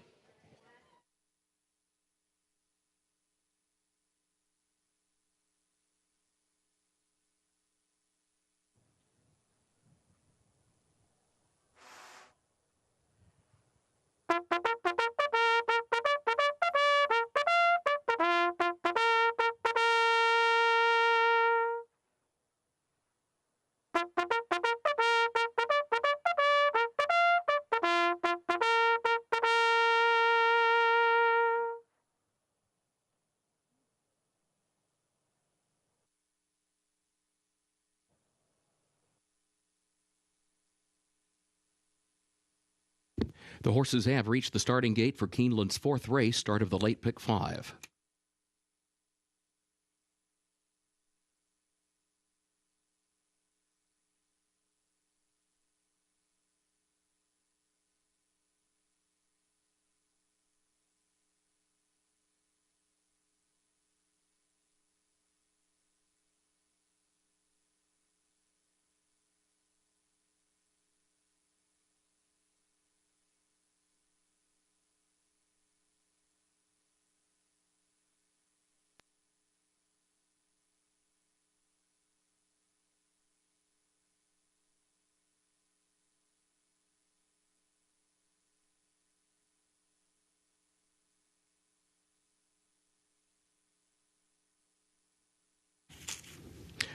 Moving into line, race 4.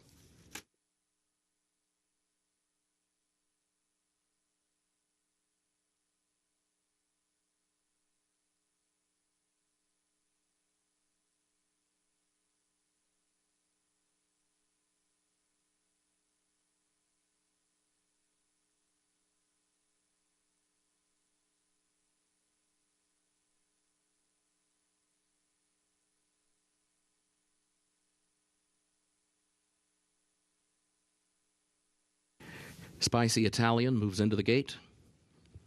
Marshside Mama goes in. Now Such Sounds coming forward along with Sandra D.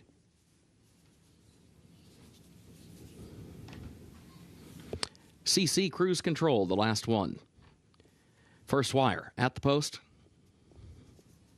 They're off. There goes Sandra D out for the early lead. Sandra D goes right to the front. Spicy Italian to the inside. Thestral now moving up into second on the outside, joined by Such Sounds on the extreme outside as they head down into the first turn. Such Sounds going to be caught 3 wide into the turn. But on the meantime, Sandra D is going to save some ground down to the rail. Has the early advantage here by just a half length. Thestral will go second as Such Sounds backs away into the third position, followed by Spicy Italian, who saves some ground to the inside of horses in fourth around the turn. CC Cruise Control flanks her in fifth. Wits and Wagers is sixth against the rail, heading on to the back stretch. And then Mustang Lady and Marshside Mama. Opening quarter, 24.02 seconds. At the front of the field, Sandra D shows the way here by a half length, joined by Thestral.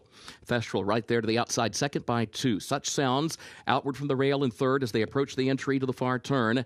And there's Spicy Italian moving up closer fourth now to challenge for third. CC Cruise Control, Wits and Wagers, Mustang Lady, who's still 8 lengths off the lead, and 6 back of her to Marshside Mama. The first half mile, 48.39 seconds. The lead battle tightens up once again. Sandra D, Thestral, 1-2, separated by just ahead midway on the final turn. Now this pair has opened up by 8 lengths. Back to Spicy Italian, who is third, a length and a half, and then Mustang Lady a wide fourth, Wits and Wagers fifth, but the top 2 already are coming to the top of the short stretch.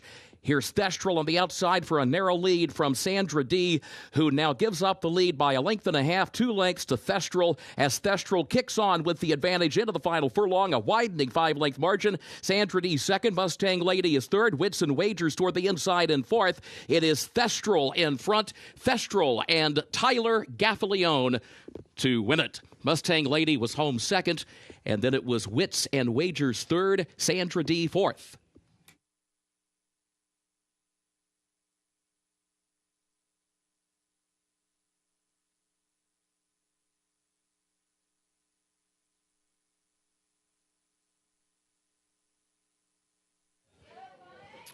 Very little movement over the course of this run between the 5 setting at close to the pace, just off the 4-horse Sandra D. The 4 starts to back up, allow some of these other fillies to get into the race and get into the money. But Thestral in a perfect spot throughout, took over this race, never looks back at odds of 4-5, giving Tom Amos a training double on the card. Yeah, Tyler looked pretty confident throughout the entire race that he had his horse underneath him. And when they were able to kind of spurt away from the rest of the field, it made it a little harder for anybody to be able to close the gap. The 2 Mustang Lady ran admirably in defeat, but no way was she going to catch the winner, who got bet down to 4-5.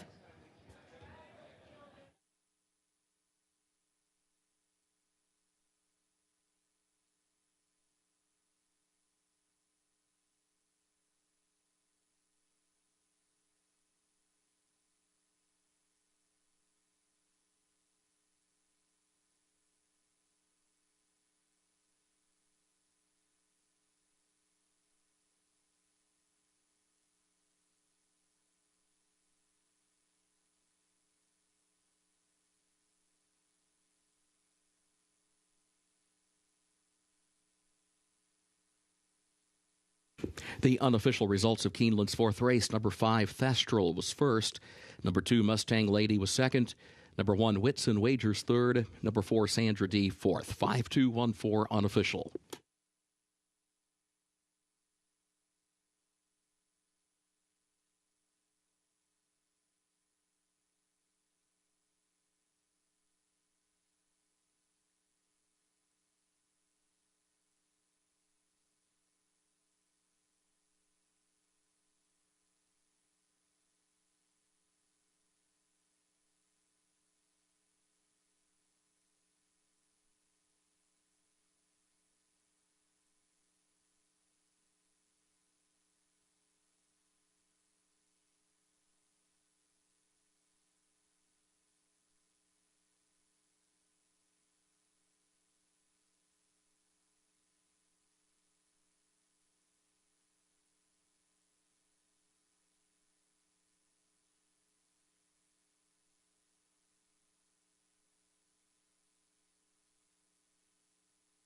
In the winner's circle for Keeneland's 4th race, the unofficial winner, number 5, Thestral, owned by D&N Racing of Nicole Strohkirk, trained by Tom Amos, his 2nd winner on the card. Winning jockey Tyler Gaffalione. Thestral, 3-year-old filly by Cross Traffic out of Harbor Island by My Pal Charlie, bred in Kentucky by Spendthrift Farm LLC. Mile and a 16th over the fast main track, 1 minute 46.42 seconds.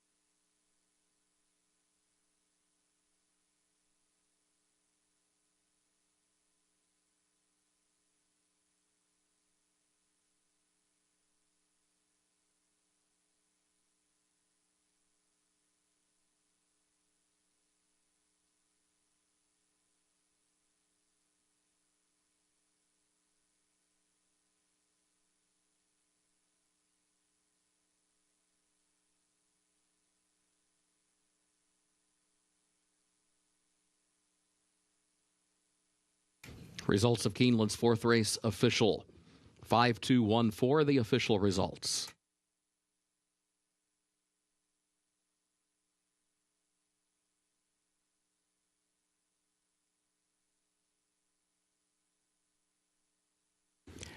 Keeneland's 5th race upcoming. Double and pick 3 wagering. Start of the late pick 4. Main track is fast. Turf is good. Rail at 20 feet on the turf course today. In this 5th race, scratch number 8, World Fair. Also scratch the 14 Banana Plan and scratch the 15 Lose Legacy.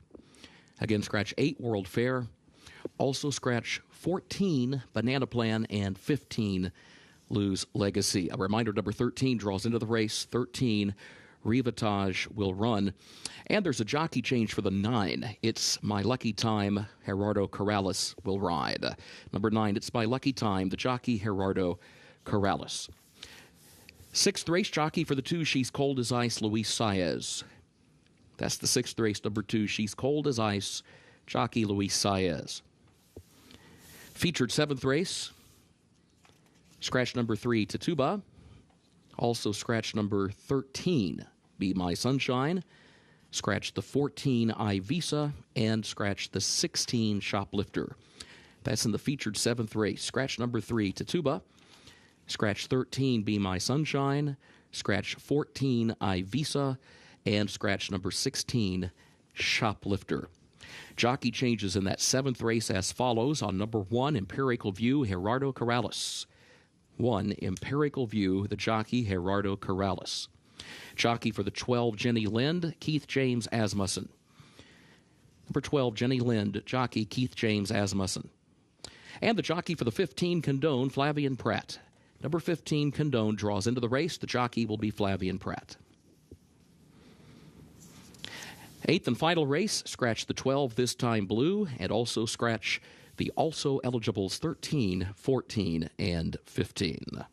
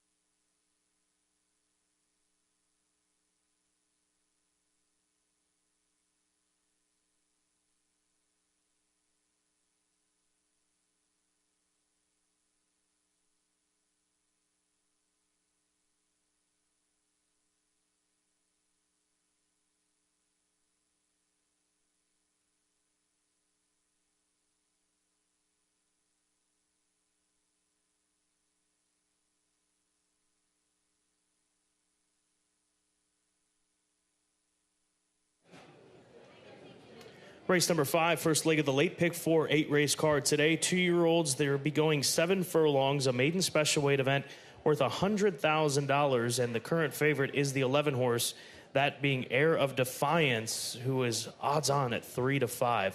I thought this is a tough race. I'm not surprised the 11's the favorite. I'm not surprised that he is the overwhelming favorite, because I think for handicappers, myself included, and I think I speak for you, Caton, it's just this, it's tough to read the rest of these horses. So you go with a horse who's run well enough to finish second behind a horse named Fierceness, who was a breakout winner and thought at the time he would be a favorite for the Breeders' Cup Juvenile. We're not sure what's going to happen with him after his lack of performance in the Champagne, and that's led us to 3-5. But I'm still willing to take a chance with very well-bred horses and well-connected horses in here, like It's My Lucky Time, the number 9 horse for Todd Pletcher. It's a colt by Not This Time. They paid $450,000 for him, did St. Elias Stables, the Viola family, and Starlight Racing, Vinnie Viola, Teresa Viola, St. Elias Stables. And Sons and Daughters of Not This Time are winning at a 20% clip first time out. So at 16-1, he's been here in Kentucky since the summer. This is the debut. Rosario's not riding today. It's a rider change to Gerardo Corrales. I'm completely fine with that. I've always been a fan of Gerardo Corrales, especially in situations like this. You've got to respect him and a number of other inexperienced first-time starting type horses in this wide-open wagering event, aside from the 11. In looking at the tote board, you can kind of assume that outside of the 11, nobody's getting any buzz in the morning. It's not that anybody has had eye-catching workouts, but that doesn't mean that anybody couldn't run a big race first out. And I certainly understand the case to be made for the 9, It's My Lucky Time. I picked the 11. I think 3-5 is a little bit short. I do.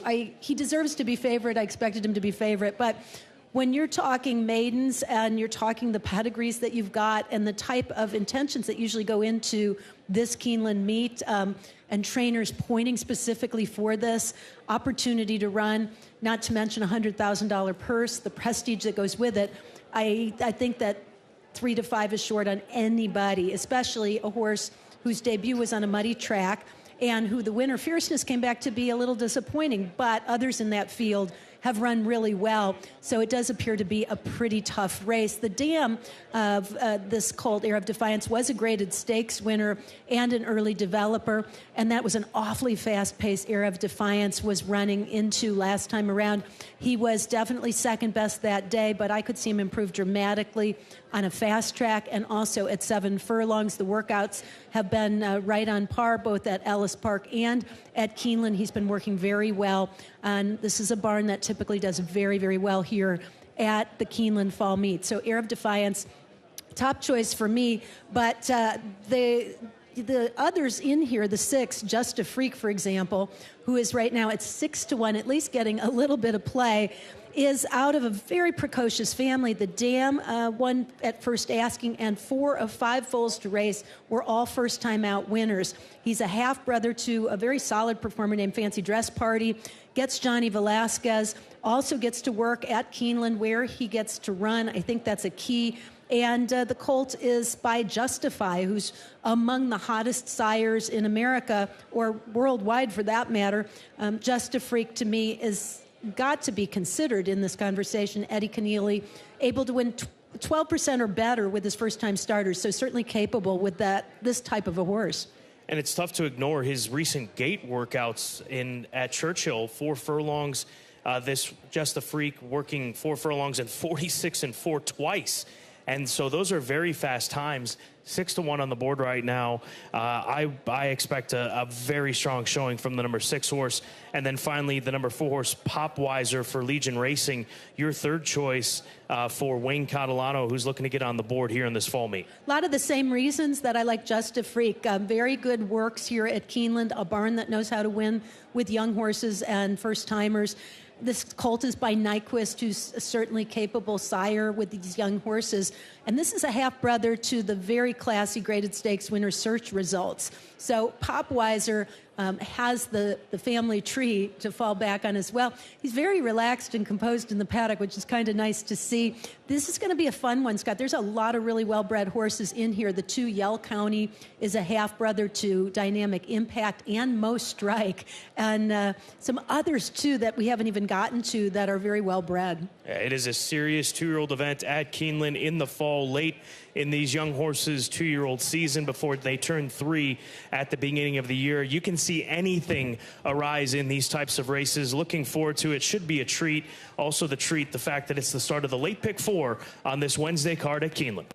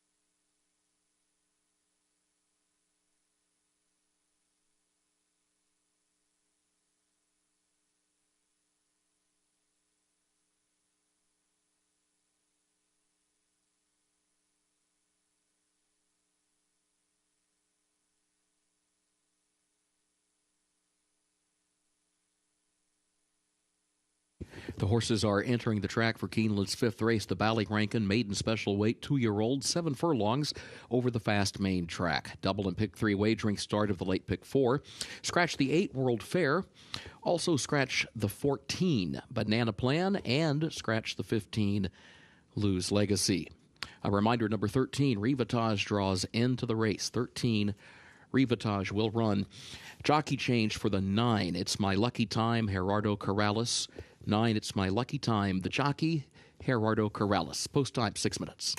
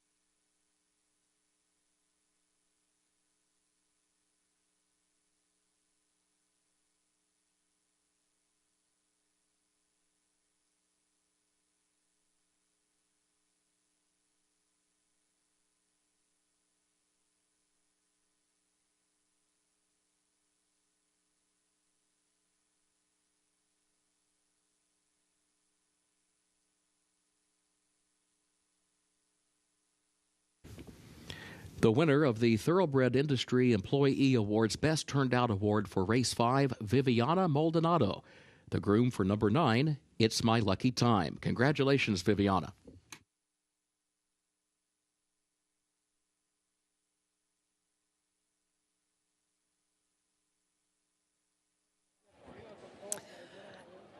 Just under 4 minutes to post for this good-looking group of maiden 2-year-olds. And the 13, Rivatage, draws in from the also eligibles and adds blinkers. And I must say he was very, very sharp. You can see him right there on the track.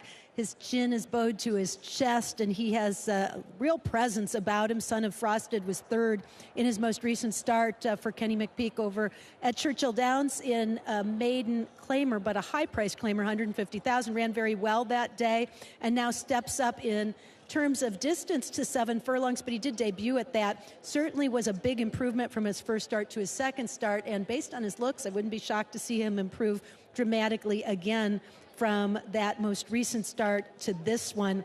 Don't underestimate him. He's a pretty big price for as good-looking a horse and the appearance that he makes on the track. The 6, Just a Freak, was another that really caught my eye. Has some size and scope, and was very well-mannered in the paddock. For a first-time starter, did absolutely nothing wrong. You can see he's been really alert during the warm-up, and you can also see the level of fitness despite the fact that he's never raced. He's definitely tucked up and well-muscled and looks the part of a horse who's getting played on the board right now just behind the favorite He is at 5-1, the next lowest price. So you get some pretty good value there for a horse who looks live, has the credentials, and has the pedigree to be an early developer, not to mention a Hall of Famer, and Johnny Velasquez on board. The 12, Anthem King, was a horse at a big price that I also thought looked quite fit and was very sharp. Anthem King is by Bolt Doro. He was a $300,000 Keeneland sale purchase, and he's been training pretty well over at Churchill Downs, but does have the benefit of a couple works here at Keeneland, including one out of the gate that was pretty sharp too. So Anthem King, maybe a long shot to consider throwing in. I don't know that the outside post positions are as big a disadvantage at 7 furlongs for these young first-timers. It gives them the opportunity, if they don't break sharply, to kind of sort things out before having to rush up and enter the fray. Wide open group, but right now one horse standing out on the board. That's the 11, Air of Defiance, second-time starter for Brad Cox, currently the even money favorite.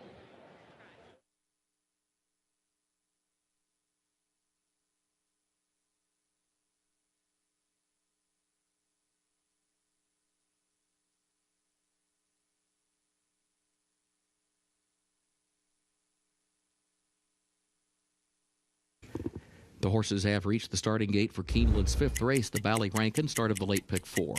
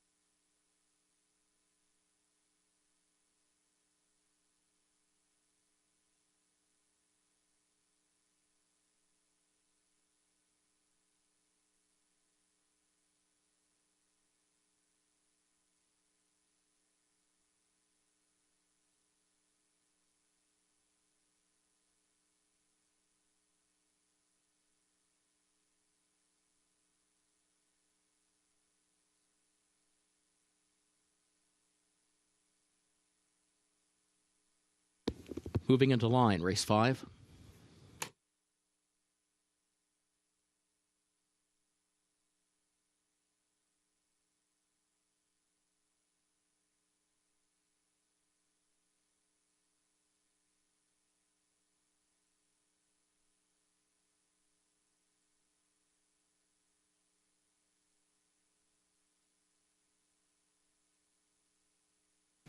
Air of Defiance comes forward. Popweiser moves into the gate. Anthem King goes in with Blue Line. Just a Freak moves into the gate. Rivatage will be the last to load.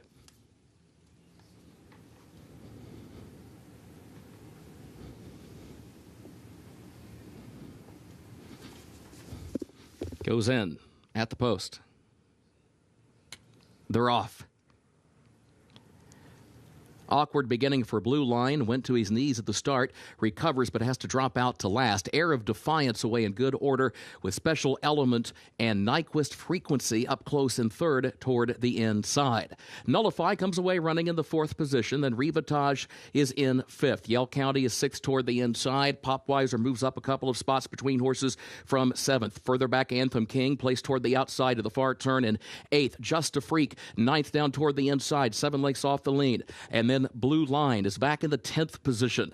It's My Lucky Time is 11th, and So Smooth this last of the 12, 22.62 seconds, the time for the opening quarter. Now, Air of Defiance is going to be 3 lanes off the rail around the far turn, but contesting the lead, along with Nyquist Frequency, who's there toward the inside, and Special Element is fighting on as well as they round the far turn. Air of Defiance from the outside to try to put a head in front. Nyquist Frequency second, Special Element third. Now, Rivatage Rivatage tries to pick up the leaders, but is still 6 lengths from the front, back in the 4th spot. In the meantime, Air of Defiance enters the final furlong, asserts himself with the lead, and opens up by 2 by 3. Back to Nyquist Frequency in 2nd, Rivatage in 3rd, Popweiser then Yell County, but all well behind Air of Defiance, who wins it convincingly for Luis Saez. It was Nyquist Frequency home in the 2nd position, followed by Rivatage in 3rd and Popweiser in 4th.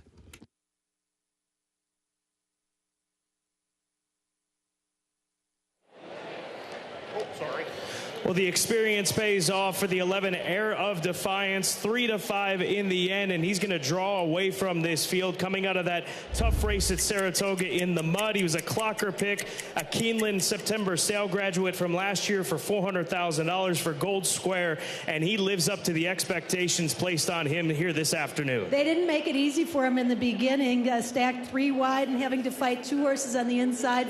Still made it look very easy at the end with Luis Saez coasting to victory under the wire in a very impressive effort. Nyquist Frequency was also involved in that pace battle early, holds on for the place, and Rivatage coming on with a nice effort at 14-1 odds to round out the trifecta.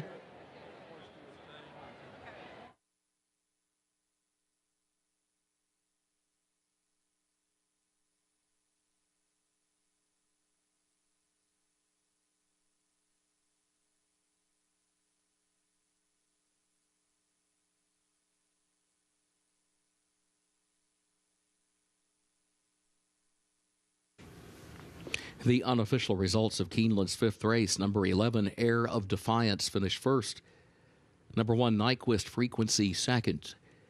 Number 13, Rivatage, 3rd. Number 4, Popweiser, 4th. 11-1-13-4, unofficial.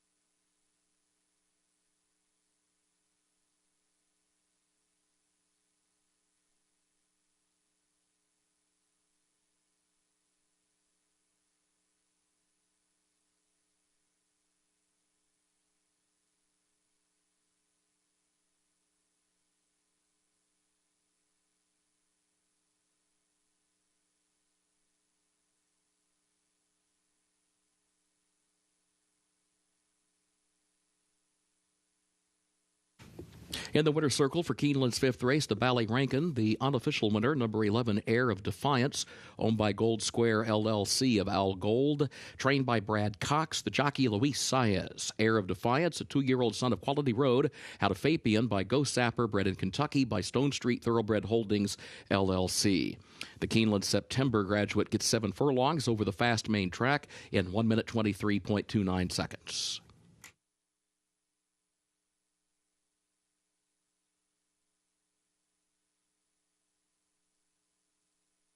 Results of Keeneland's 5th race official. 11-1-13-4, the official results.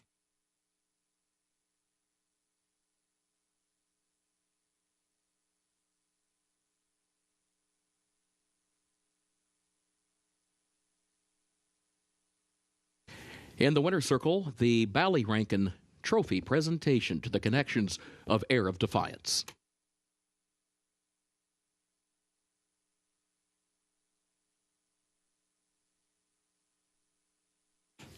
Early pick 5 pays on 5 of 5 with a consolation 4 of 5. Race 6 is coming up. Double and pick 3 wagering featured here. Starts the last of the day's rolling pick 3s. Race 6 will finish in the short stretch at the first wire. Jockey for the 2, she's cold as ice, Luis Saez. 2, She's Cold as Ice, the jockey Luis Saez. Featured 7th race, scratch number 3, Tituba. Also scratch 13, Be My Sunshine. Scratch 14, Ivisa. And scratch 16, Shoplifter.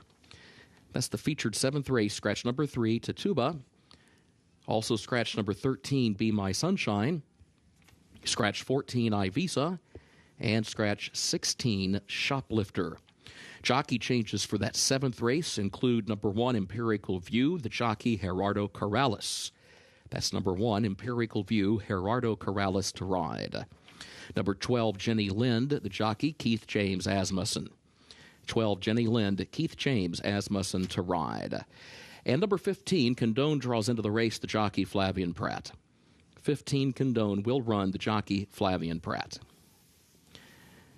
8th and final race, scratch the 12, this time blue. Also scratch 13, 14, and 15.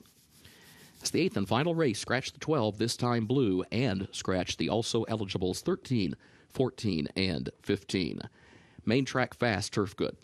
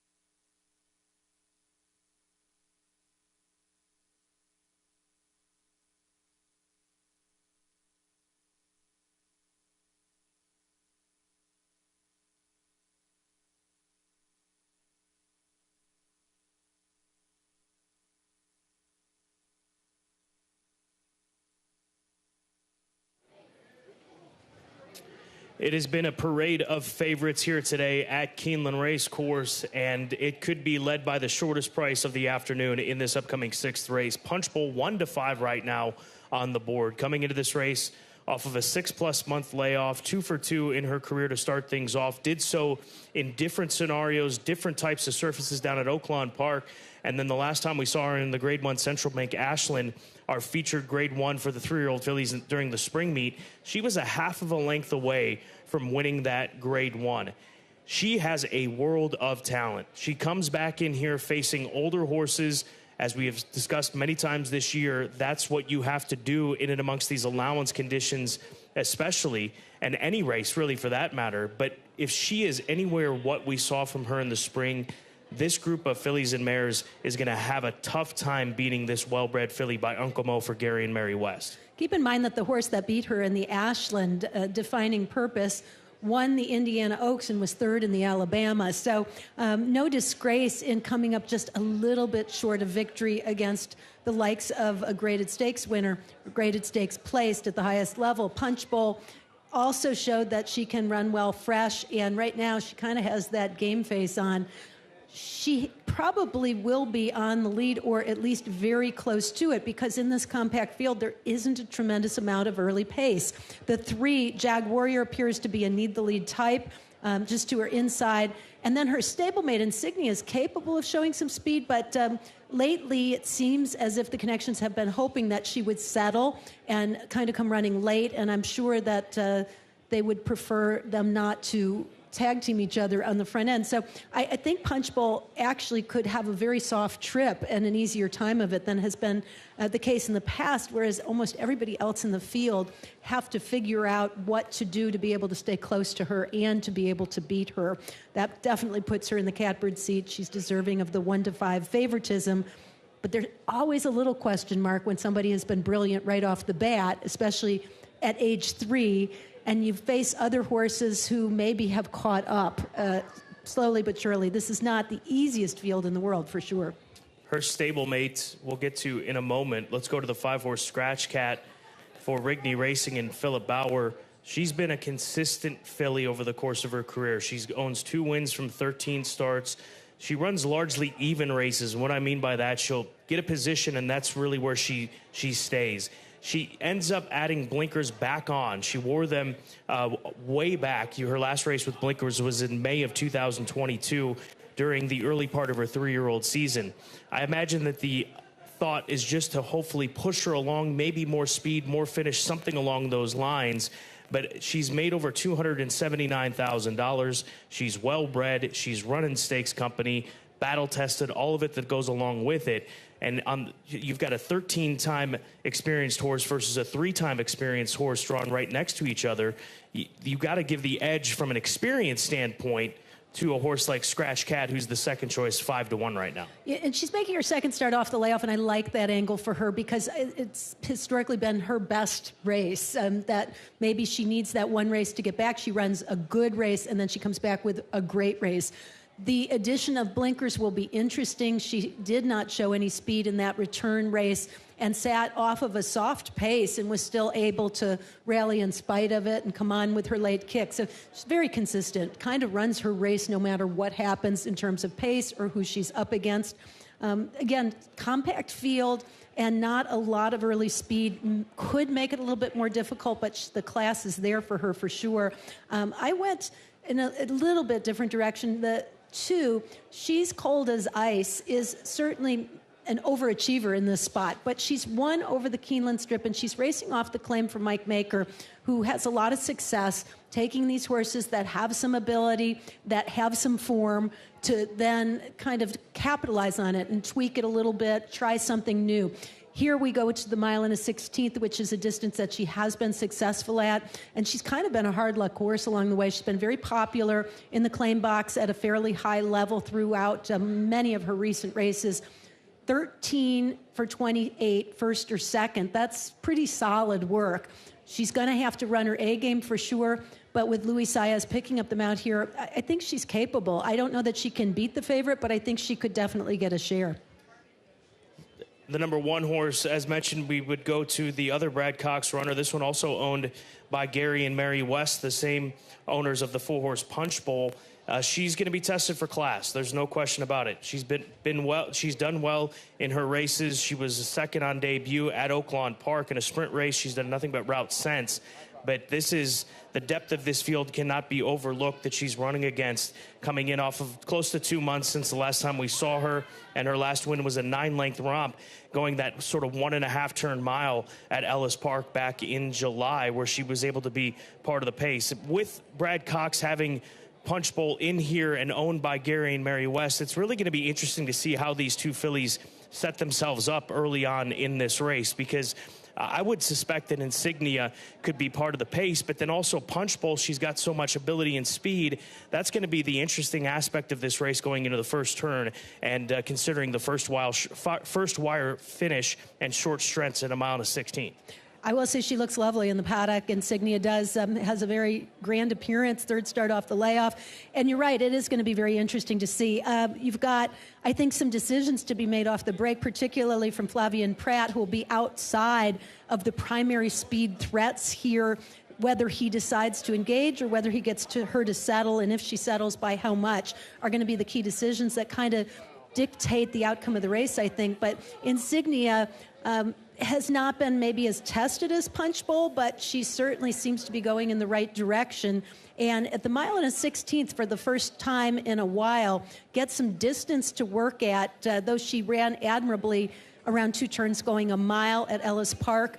I really think this is more what she would like to do here. Daughter of Curlin, with the Curlin offspring running awfully well this season and everywhere for that matter. Insignia certainly could be the best threat to the favorite here, and a powerful 1-2 punch for Brad Cox, who now is in the heat of the trainers' battle here for the Keeneland Fall Honors. Race number 6, we'll start the final pick 3. Late pick 3 begins. For race 6, second level allowance condition at 1:16 on the fast main track at Keeneland.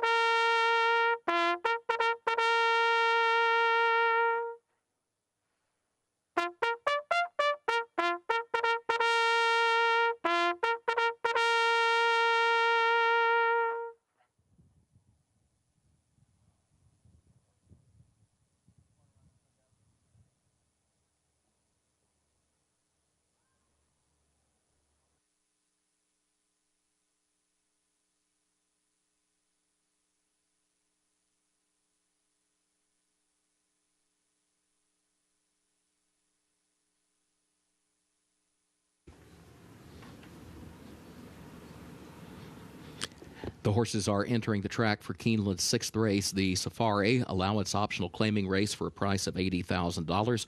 Mile and a 16th over the fast main track. Race will finish in the short stretch at the first wire. Fillies and mares age 3 and up. Double and pick 3 wagering starts the last of the day's rolling pick 3s. Jockey for the 2, she's cold as ice, Luis Saez. Luis Saez rides the 2. Post time in 6 minutes.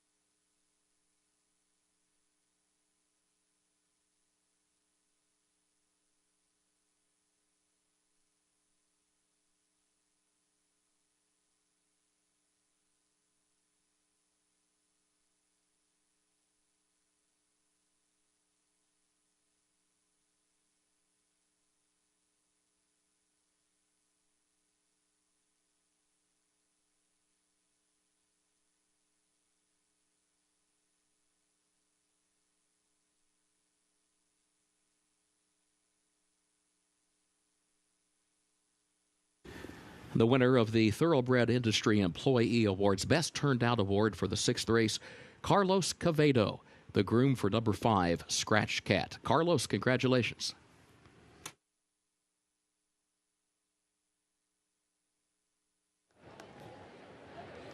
Quickly approaching race number 6, and we'll see how this one plays out. At 1-2 is the number 4 horse who will end on the front side conversation. But there's the 5 horse Scratch Cat, and Philip Bauer, her conditioner, was just telling me, Caton, that he feels that the added blinkers, he wants to get her more involved, and he feels that she's at a different stage in her career than what she was at when she last wore them, going back to May of 2022. He understands that how this race is going to shape up, the way that the races have been playing here today, so it's going to be crucial for her to be more involved in the race today if she wants to spring this slight upset at 5-1. And that's always the rub, because if sometimes horses need to be able to get their feet underneath them, but they're able to lay closer, they don't have the finishing punch. That's kind of the fine line that Tyler Gaffleone has to ride, literally, as he has Scratch Cat trying to get her more into position early in a race that doesn't have a lot of early pace. A horse that was really something to see. She's cold as ice, the 2. Is the biggest filly literally in the field by many. She's huge, a big strapping filly. You can see why she would be able to handle a distance of ground, and she looked a happy horse. Luis Saez is picking up the mount here for Mike Maker, and when you look at the workout pattern since Mike claimed her, which was at the end of August at Saratoga, she was taken back to Turfway Park and has put in a series of long, steady workouts, but including a couple that got a little bit quicker as they went. Most particularly September, the end of September, she was working almost the best of anybody at that distance for 5 furlongs. So I just think she's a filly that might be going in the right direction, who has a lot of miles underneath her and who could surprise some people, though she is probably not going to be engaged in the early pace. I think her best strategy is to sit back and make that late kick. And over the course of the last year, she's been with 7 different trainers. 7 different times she's been claimed, 7 different barns, and she shows up for each and every one of them. She's a very good racehorse. A Keeneland January yearling purchase, short yearling purchase back in 2020 for $21,000. She's made nearly $250,000. But at 1-2 Punch Bowl, there's no getting around it. She's shown a lot of ability. It's just a matter of this layoff that she comes into this race off of.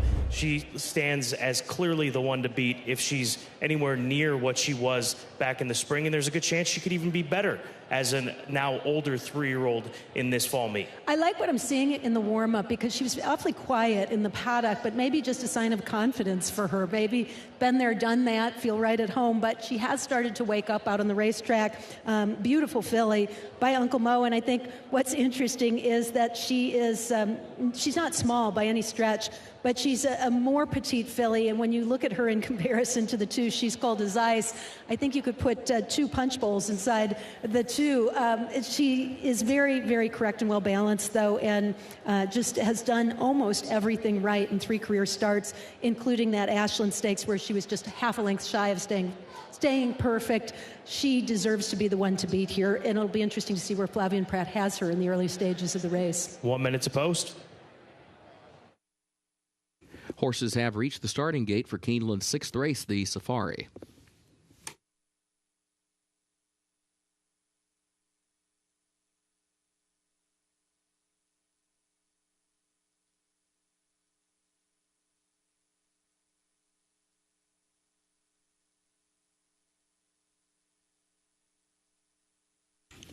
Moving into line, race 6.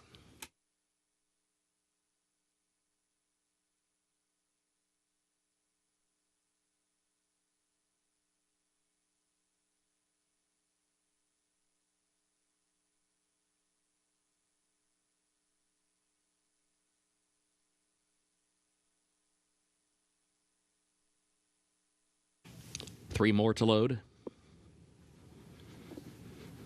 Punch Bowl moves into the gate. Scratch Cat.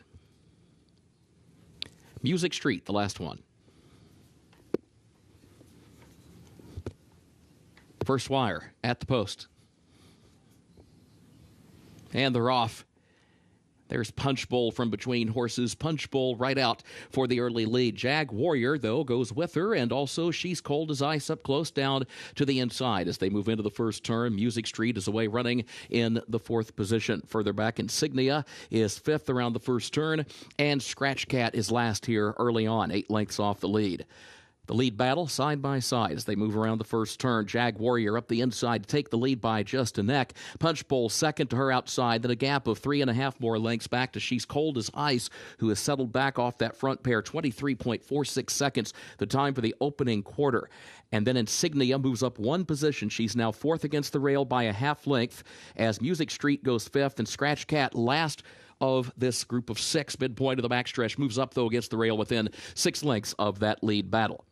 The lead battle does continue as they head for the far turn. Jag Warrior and Punch Bowl are matching strides after an opening half mile in 47.34 seconds. Another length and a half to She's Cold as Ice to the outside. Now Scratch Cat has moved up a couple of positions from last. She's up to 4th, needs more running room from there. Music Street's going to go wide. That pair just over 2 lengths from the front. Insignia shuffled out behind them as they swing around the far turn. Music Street has to go about 4 wide. Quarter mile to go. Jag Warrior contesting the lead still with Punch Bowl as they turn for home. Scratch Cat is 3rd and behind that pair. She'll have to change lanes to the outside. She's lost a couple of lengths in that exchange. She's Cold as Ice is trying to pick up the leaders now, and She's Cold as Ice and Scratch Cat are coming forward together from the outside. Scratch Cat ahead in front. She's Cold as Ice is right there. Jag Warrior is down toward the inside. Scratch Cat with the lead. Scratch Cat, Tyler Gaffalione to win it by a neck. She's Cold as Ice was home second, close for 3rd. Jag Warrior or Punch Bowl for that 3rd spot.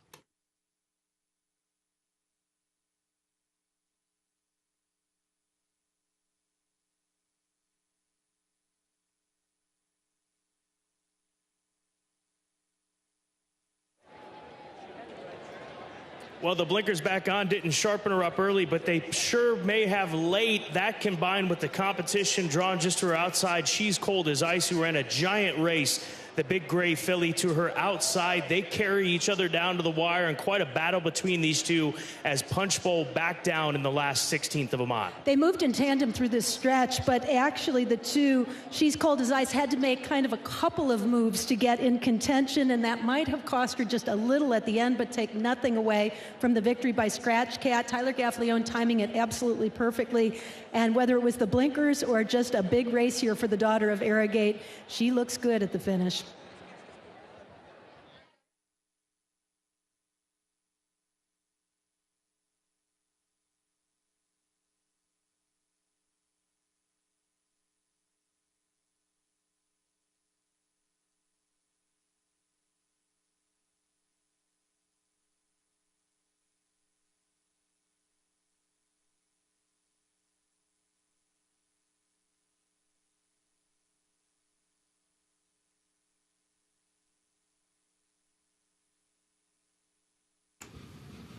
The unofficial results of Keeneland's sixth race: number 5, Scratch Cat, finished first.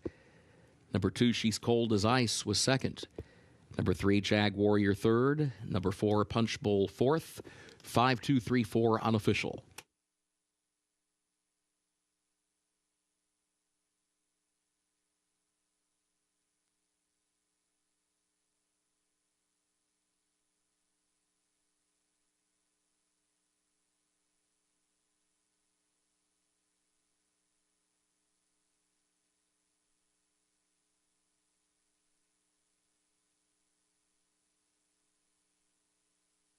Claim of foul has been lodged against the unofficial winner.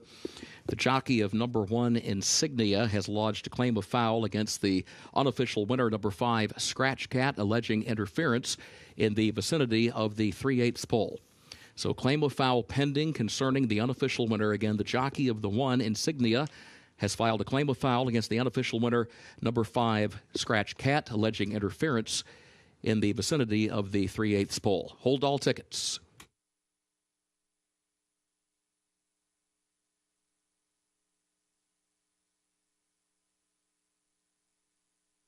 Television monitors at this time program feed and head on replay of the area of interest concerning the objection. Hold all tickets.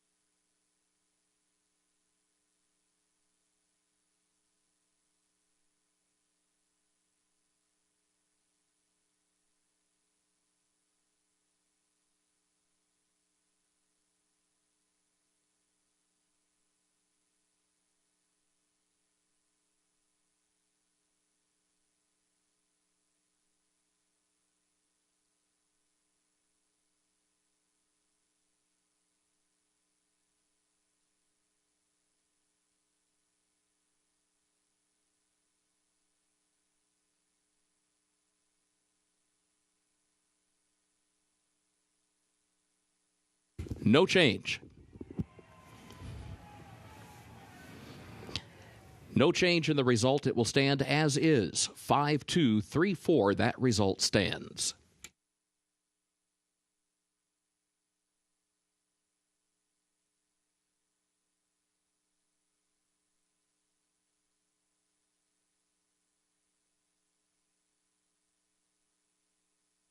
Results of Keeneland's sixth race official. 5-2-3-4. The official results.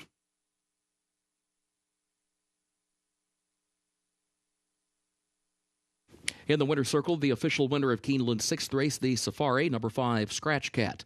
Owned by Rigney Racing, LLC of Richard Rigney, trained by Philip Bauer. 2 wins today for jockey Tyler Gaffalione. Scratch Cat, a 4-year-old filly by Arrogate, out of Wave Theory by Smart Strike.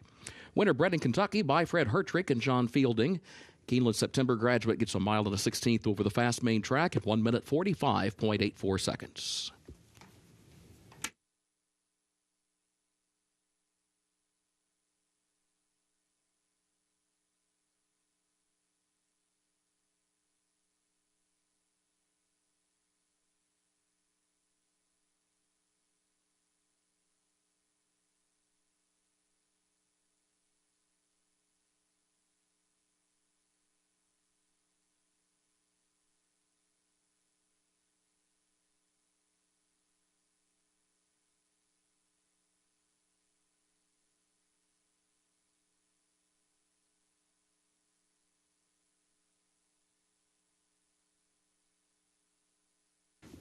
In the winner's circle, the Safari Trophy presentation to the connections of Scratch Cat.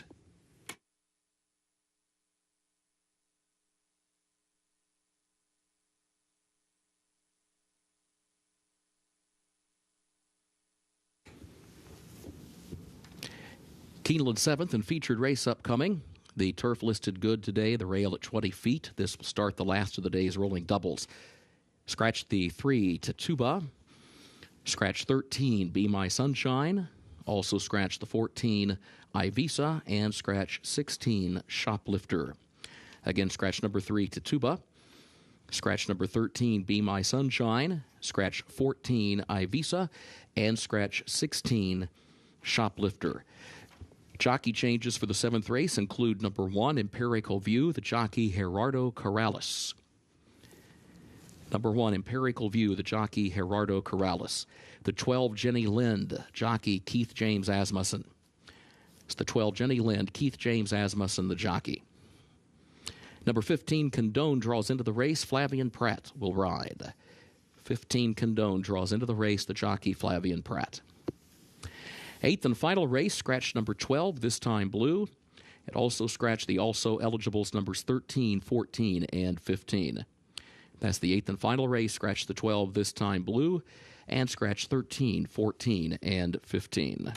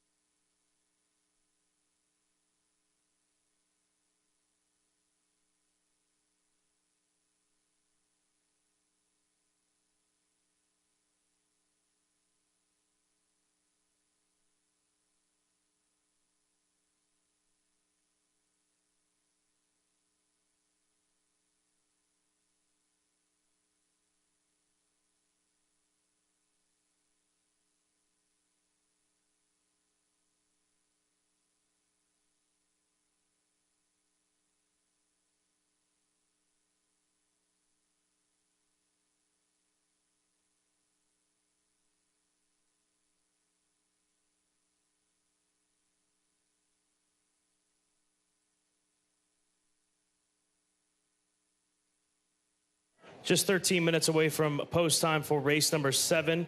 Featured event on the card, race number 7, a first level allowance race for turf fillies and mares, a mile and a 16th on the turf course here today.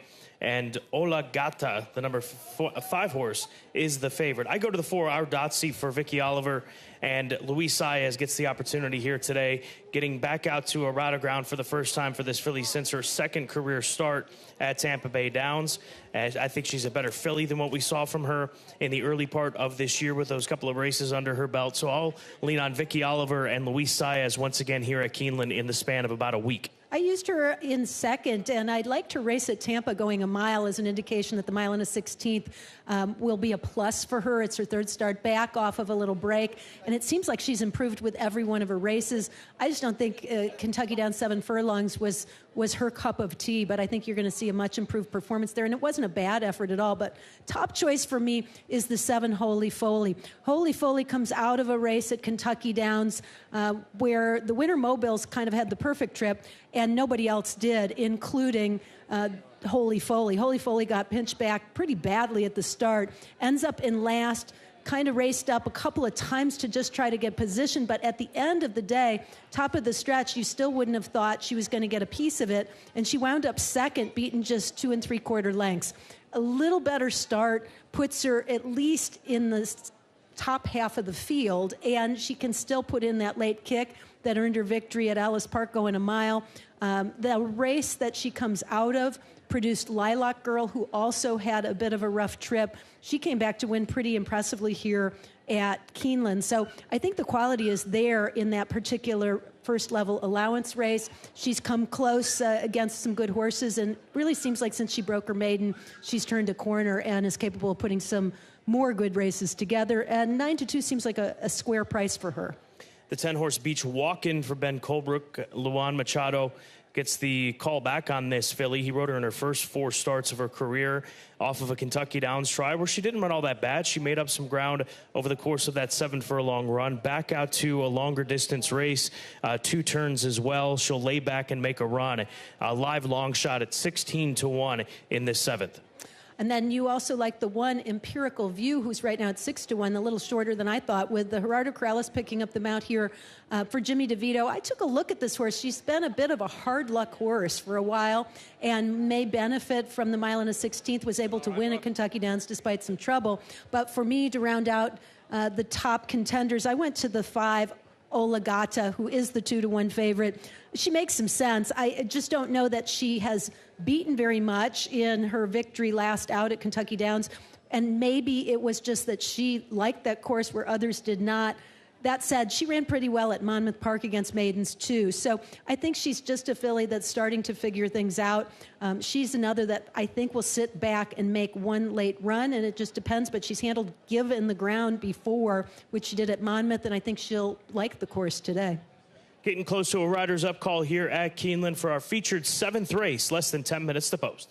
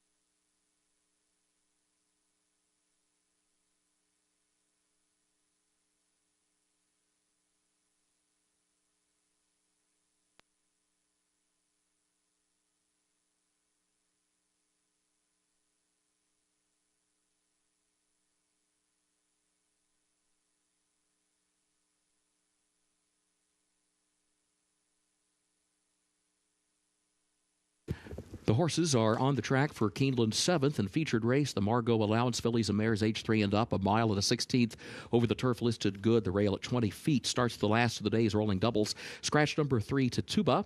Also scratch 13, Be My Sunshine, scratch the 14, Ivisa, and scratch number 16, Shoplifter. The jockey for the 1, Empirical View, that'll be Gerardo Corrales, riding number 1, Gerardo Corrales. The 12, Jenny Lind, Keith James Asmussen.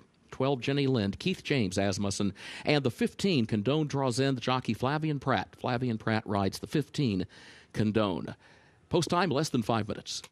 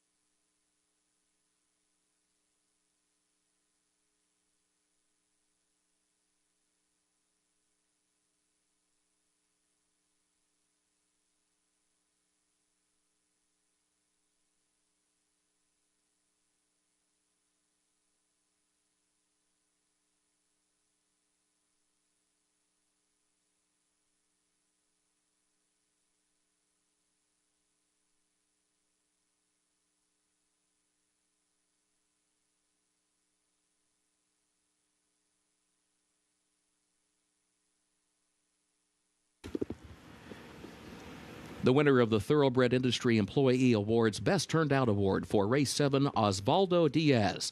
The groom for number 7, Holy Foley. Osvaldo, congratulations.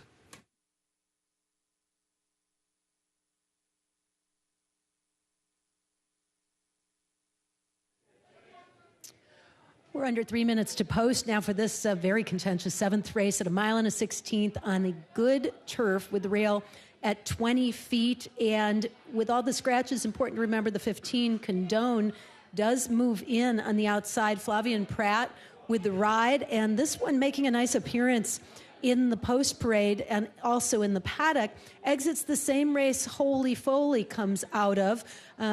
Condone had a little bit easier time of it as far as trip was concerned, made a big middle move, and then flattened out just a little bit off the layoff. Could definitely see this one running an improved race off that effort and maybe even get a little bit better race flow, although that outside post might be a little bit of a concern. Horse couldn't look better. She's a beautiful filly by Justify. Makes just a beautiful impression here, and I think the mile and a 16th will be more to her liking. It's the same distance she broke her maiden at. I think she wants to be able to settle in the early part, and will probably have some pace to run down in here. So the 15, very live, in my opinion, at 9-1. And then the favorite, Olagata, another who made a lovely impression. Very turfy-looking daughter of Kitten's Joy out of a Fusaichi Pegasus mare. Coming off that maiden-breaking win, will get a little bit of a class test today, but she's been steadily improving for Chad Brown, with Tyler Gaffleon looking for his 3rd winner of the afternoon.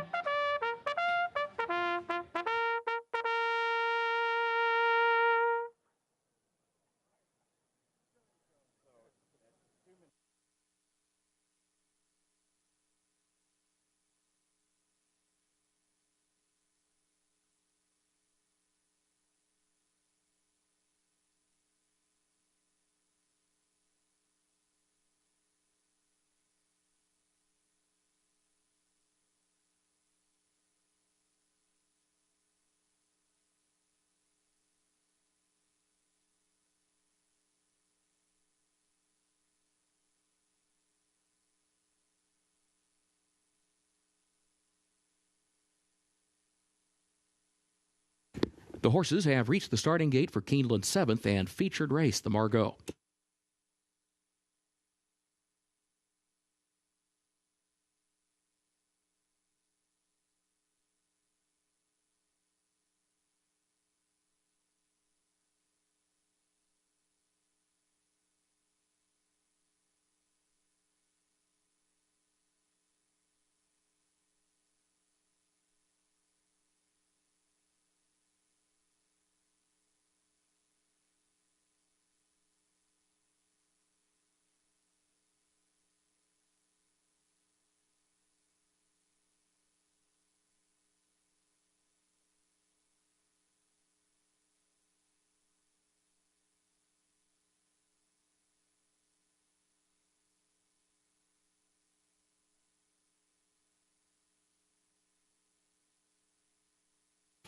Moving into line, race 7.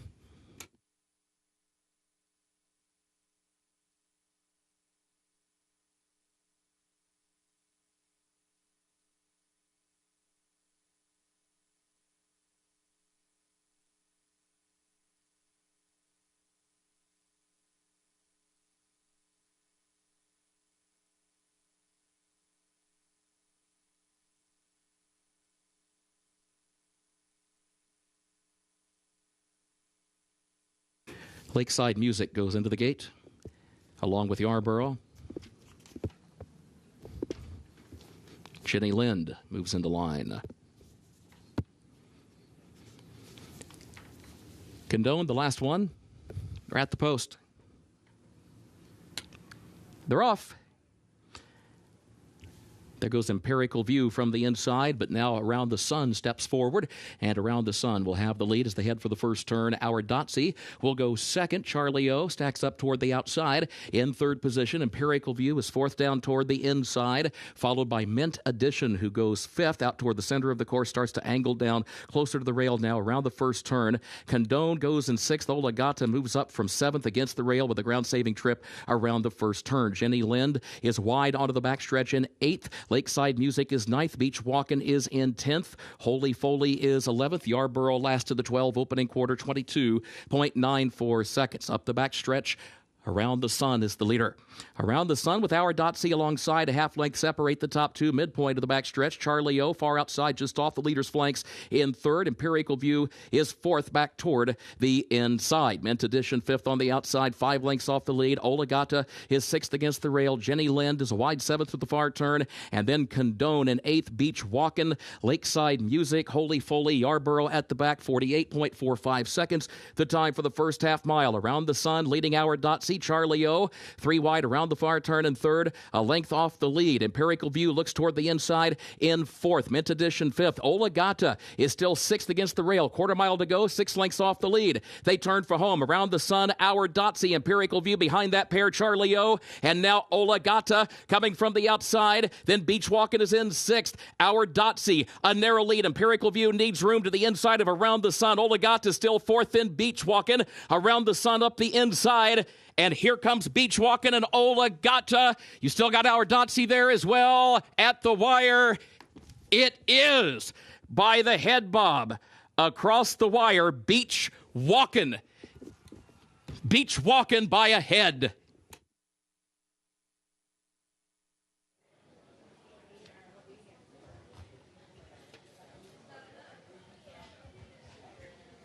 Well, able to finish with a flurry, the number 10 horse, Beach Walkin'. She's back behind 5 horses at one point down the stretch with the white shadow roll on, and she's going to hook up with the favorite, Oligata, and she's going to stay in between those 2 horses and get her nose in front by a head. That was a heartbreaker for 2 other horses to cross the wire. On the outside, Oligata, and on the inside, the 2 Around the Sun. Both ran races too good to lose, but in the end, the gamest of all in between horses, Beach Walkin' with Luan Machado for Ben Colebrook.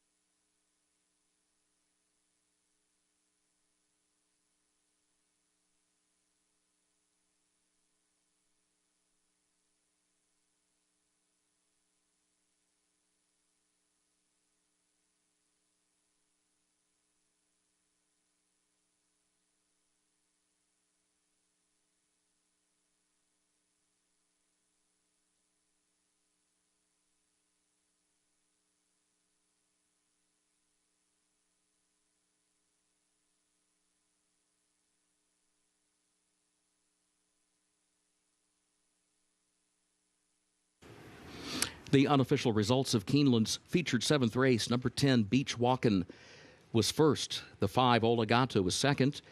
The 2, Around the Sun, third. The 4, Our Dotsie, fourth. 10-5-2-4, unofficial.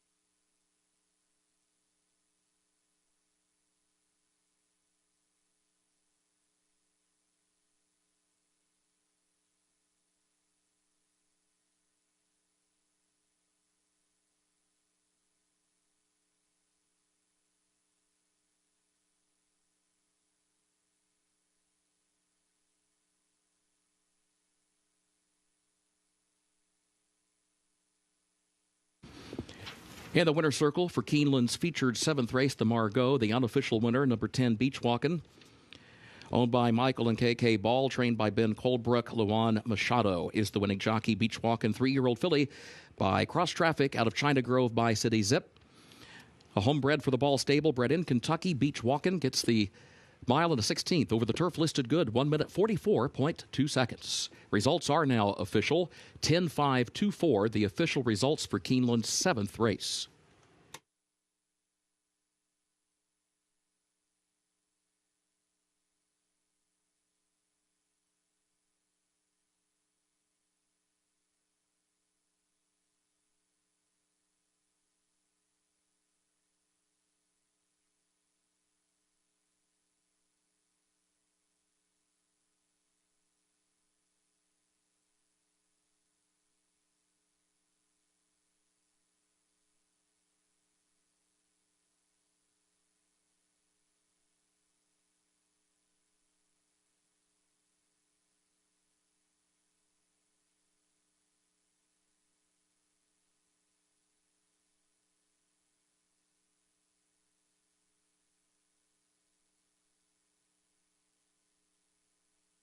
In the winner's circle, the trophy presentation for the featured Margot to the connections of number 10, Beach Walkin'.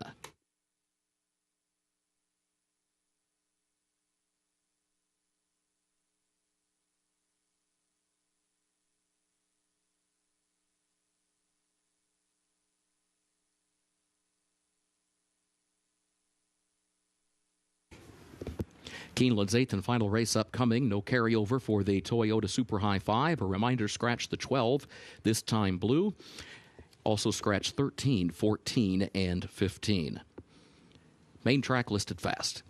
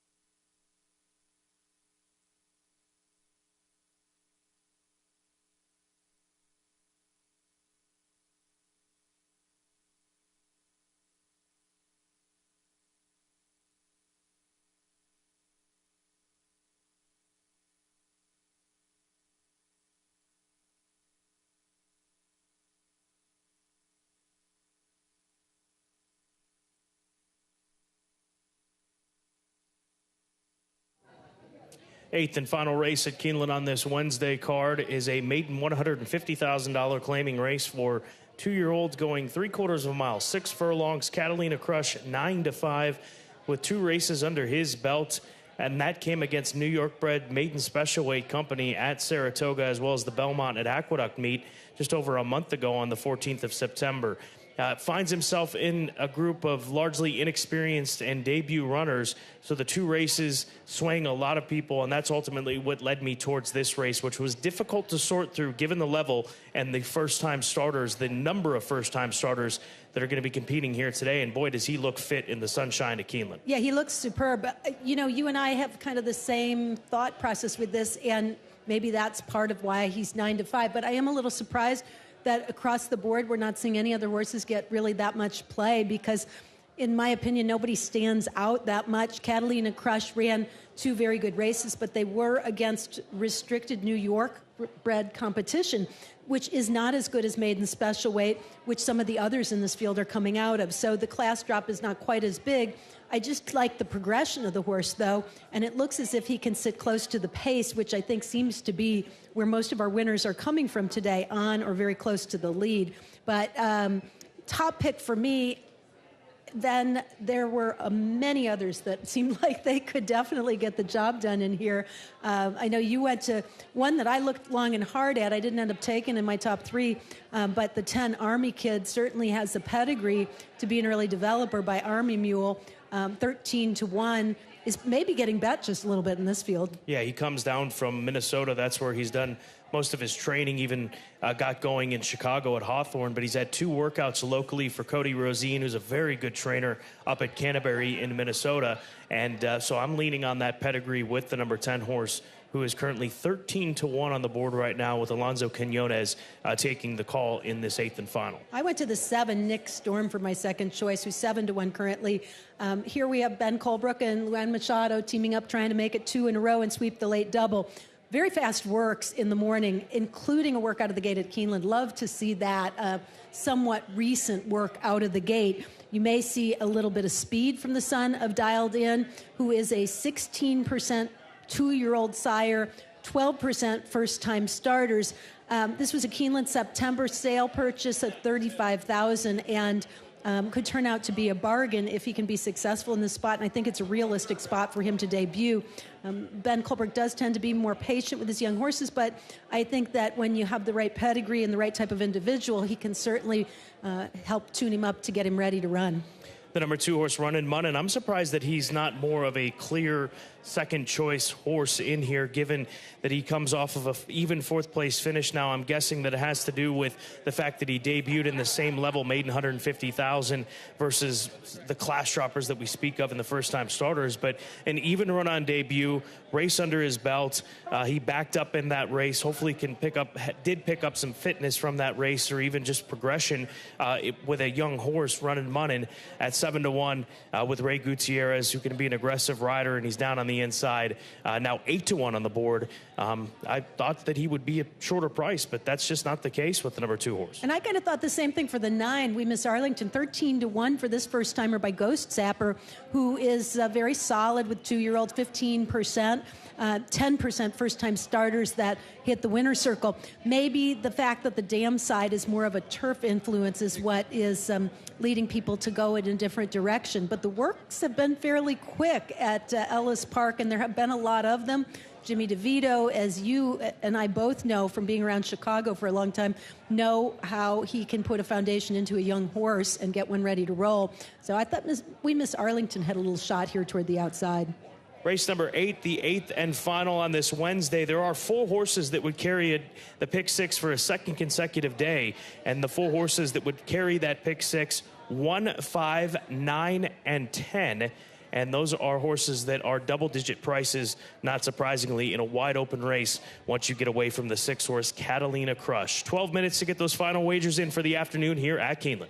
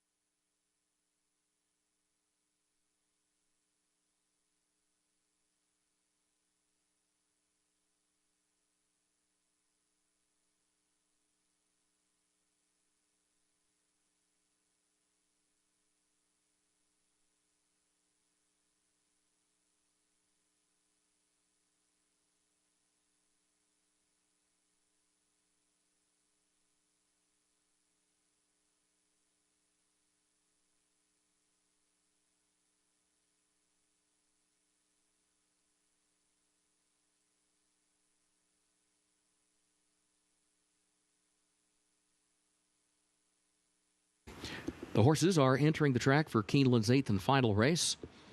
Maiden claiming event, 2-year-olds with a claiming price of $150,000, 6 furlongs over the fast main track. No carryover for the Toyota Super High 5. Scratch the 12 this time blue.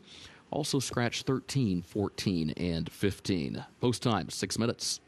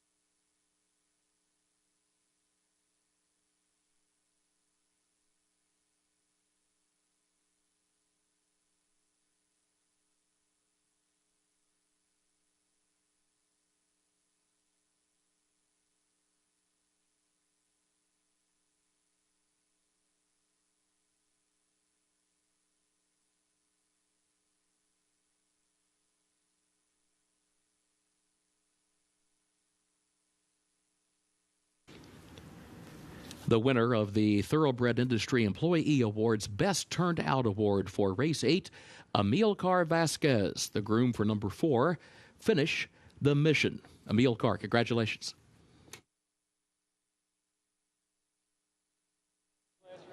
There's the favorite warming up, Catalina Crush, the number 6 horse, 9-5 right now. Norm Cassie saying that he told Tyler Gaffleone to ask him a little bit early on because he can hold back a little in the early stages of his race. So we'll see if that aids this horse to get more position early on as he comes down back to Kentucky for the first time in a while. He did spend a majority of the summer here and then spent the summer up at Saratoga and Belmont at Aqueduct in his 2 races. But back to Kentucky, Norm also mentioned that he's done better since returning to Kentucky as well. He really looked the part. He gets the check mark as the paddock pick, and out on the track you can see him warming up without the pony, ears forward, taking everything in, just making a real favorable impression. The 6 Catalina Crush looks like the horse to beat physically as well as on paper. But another horse that caught my eye, the 2, Runnin' Munnin', is the benefit of having a start at Churchill Downs at this level, ran kind of evenly, actually kind of made a middle move before getting just a little tired at the end. I could see this horse definitely stepping forward, and nice looking son of Munnings was on his toes and looked bright in the paddock, and I think could wake up in here. The 7, Nick Storm, the first-time starter. Ben Colebrook looking for back-to-back wins on this card with good prices. And this one, 7-1, owned by KSA Stud Farm, a colt by Dialed In, bred by Archie St. George and Roger O'Callahan. You know, he's hard to judge because he's had a lot of works in the morning, and the works have been quick. But the degree of fitness is a little bit harder to judge on some horses versus others as far as their conformation is concerned. He looks like the type that's going to carry a little bit more weight and is a little bit broader bodied, but you can see great muscle definition for him through his hindquarters.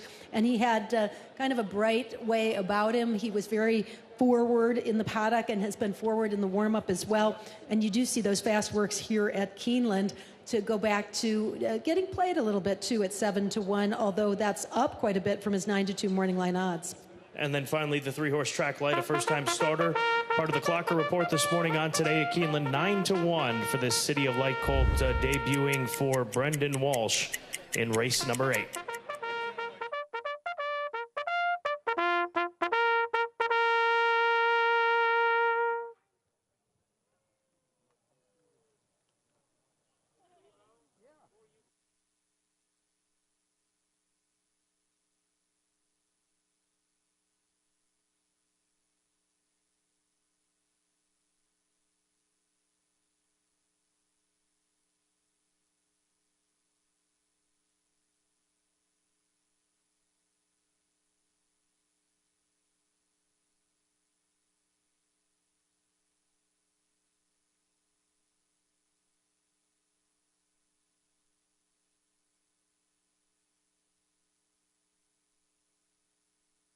Your attention, please. A late scratch. Scratch number 1, Atomic. Keeneland's 8th and final race. Late scratch. Scratch number 1, Atomic. Scratched by the veterinarian. Windows remain open.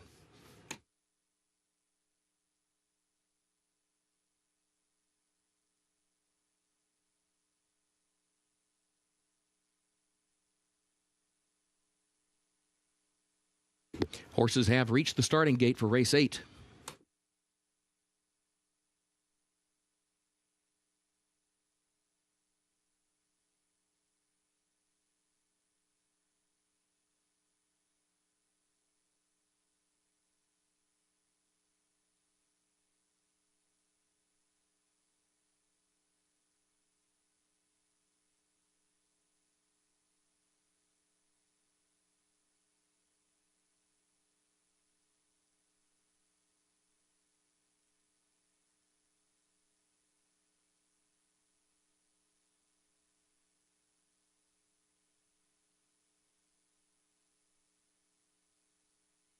Moving into line, race 8.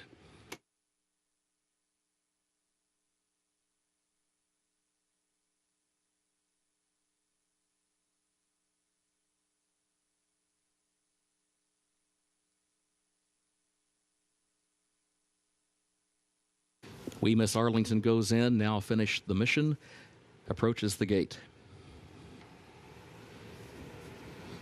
Army Kid into line. Runaway Joke.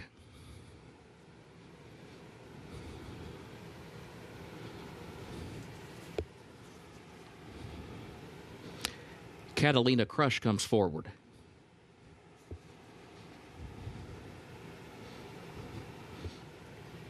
Carl with an Arl, the last one to moving into line to complete the field. Moves in, they're at the post. And they're off. We Miss Arlington, Carl with an Arl, both broke alertly, but finished the mission as a step quicker. Track Light is right there as well. Army Kid now moves up through a crowd of horses into third. Runnin' Munnin fourth toward the inside. Carl with an Arl far outside is in fifth. Nick Storm is between horses sixth. Now Catalina Crush is seventh, but moving up from in between horses, a lane off the rail, up into the fifth position as they head for the far turn. Carl with an Arl drops back to the back of the pack now. Runaway Joke moves by that one, and Sterling Honor is last. The opening quarter, 22.57 seconds. Finished the mission, leading Nick Storm by a length and a half around the far turn. Track Light is third, just to the inside of Catalina Crush, who now moves up between horses into third. Still 5 lengths off the lead. They turn for home. We Miss Arlington is next. Army Kid still 8 from the lead, and then Runaway Joke. And here's Nick Storm moving forward for the lead from Finish the Mission. Catalina Crush goes third, now goes to second, still 2 lengths behind Nick Storm. Now it's a 3-length gap. Nick Storm at the final furlong has the lead out to 4 lengths now. And then comes Catalina Crush in the second position. Runaway Joke moves up third down toward the inside, well behind Nick Storm. Luan Machado back-to-back to close the card. Nick Storm wins it. Catalina Crush was home second. Runaway Joke was up for third, and then it's going to be close for fourth. It will either be Army Kid or Runnin' Munnin for that fourth spot.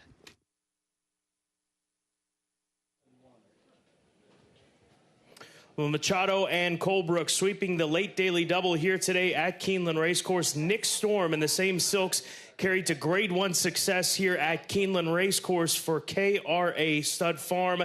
An impressive debut win here in a final time of 1:11.4. Broke well in the way, and Machado had him in striking position close to the pace, made a nice move, and then just went on about his business. You can see him running with much to spare at the end, although a couple of horses that had a little bit more difficult trips, including Catalina Crush, trying to play catch-up on a track that maybe didn't suit that style, did close the gap just a little bit, and the 5 made up a lot of ground. That was Runaway Joke to complete the trifecta.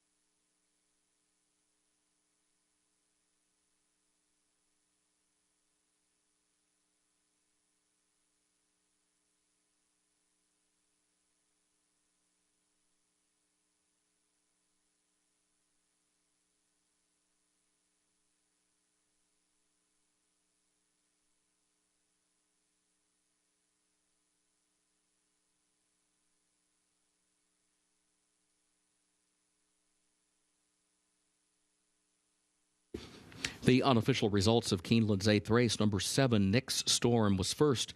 Number 6, Catalina Crush, was second. Number 5, Runaway Joke, was third.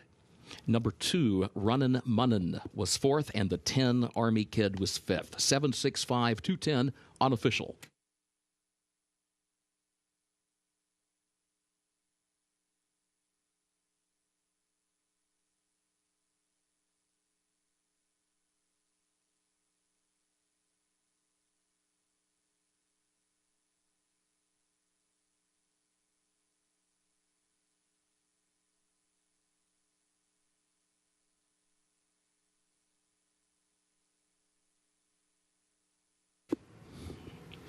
In the winner's circle for Keeneland's 8th and final race, the unofficial winner, number 7, Nick Storm, owned by KRA Stud Farm of Jen Woo Lee, trained by Ben Colebrook, ridden by Lawan Machado, back-to-back wins for that trainer-jockey combination to close the card. Nick Storm, a 2-year-old son of Dial Den, out of Hip Hop and Jazz by Speightstown, bred in Kentucky by Archie St. George and Roger O'Callahan. 6 furlongs, 1 minute, 11.81 seconds.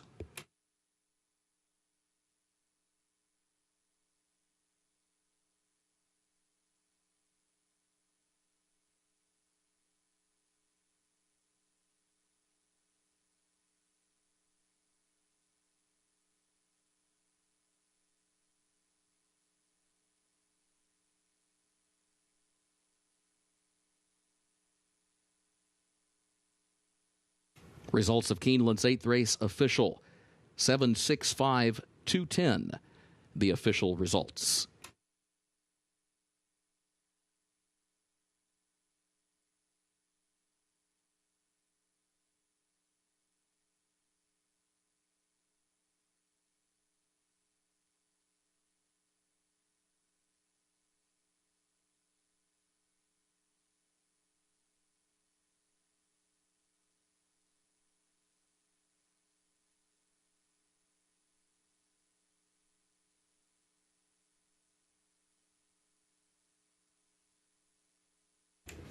Pick 6 pays on 6 of 6 with a consolation 5 of 6 today at Keeneland. Late pick 5, 5 of 5 with a consolation 4 of 5. There will be a carryover for the Toyota Super High 5, $2,865. The carryover for the Toyota Super High 5 when live racing resumes tomorrow, 1 p.m. Eastern. Second floor grandstand, including the sports bar and the mezzanine bar, remain open for simulcasting for approximately 30 more minutes. You may advance wager any races occurring after that time. For now, on behalf of Keeneland, thank you and good evening.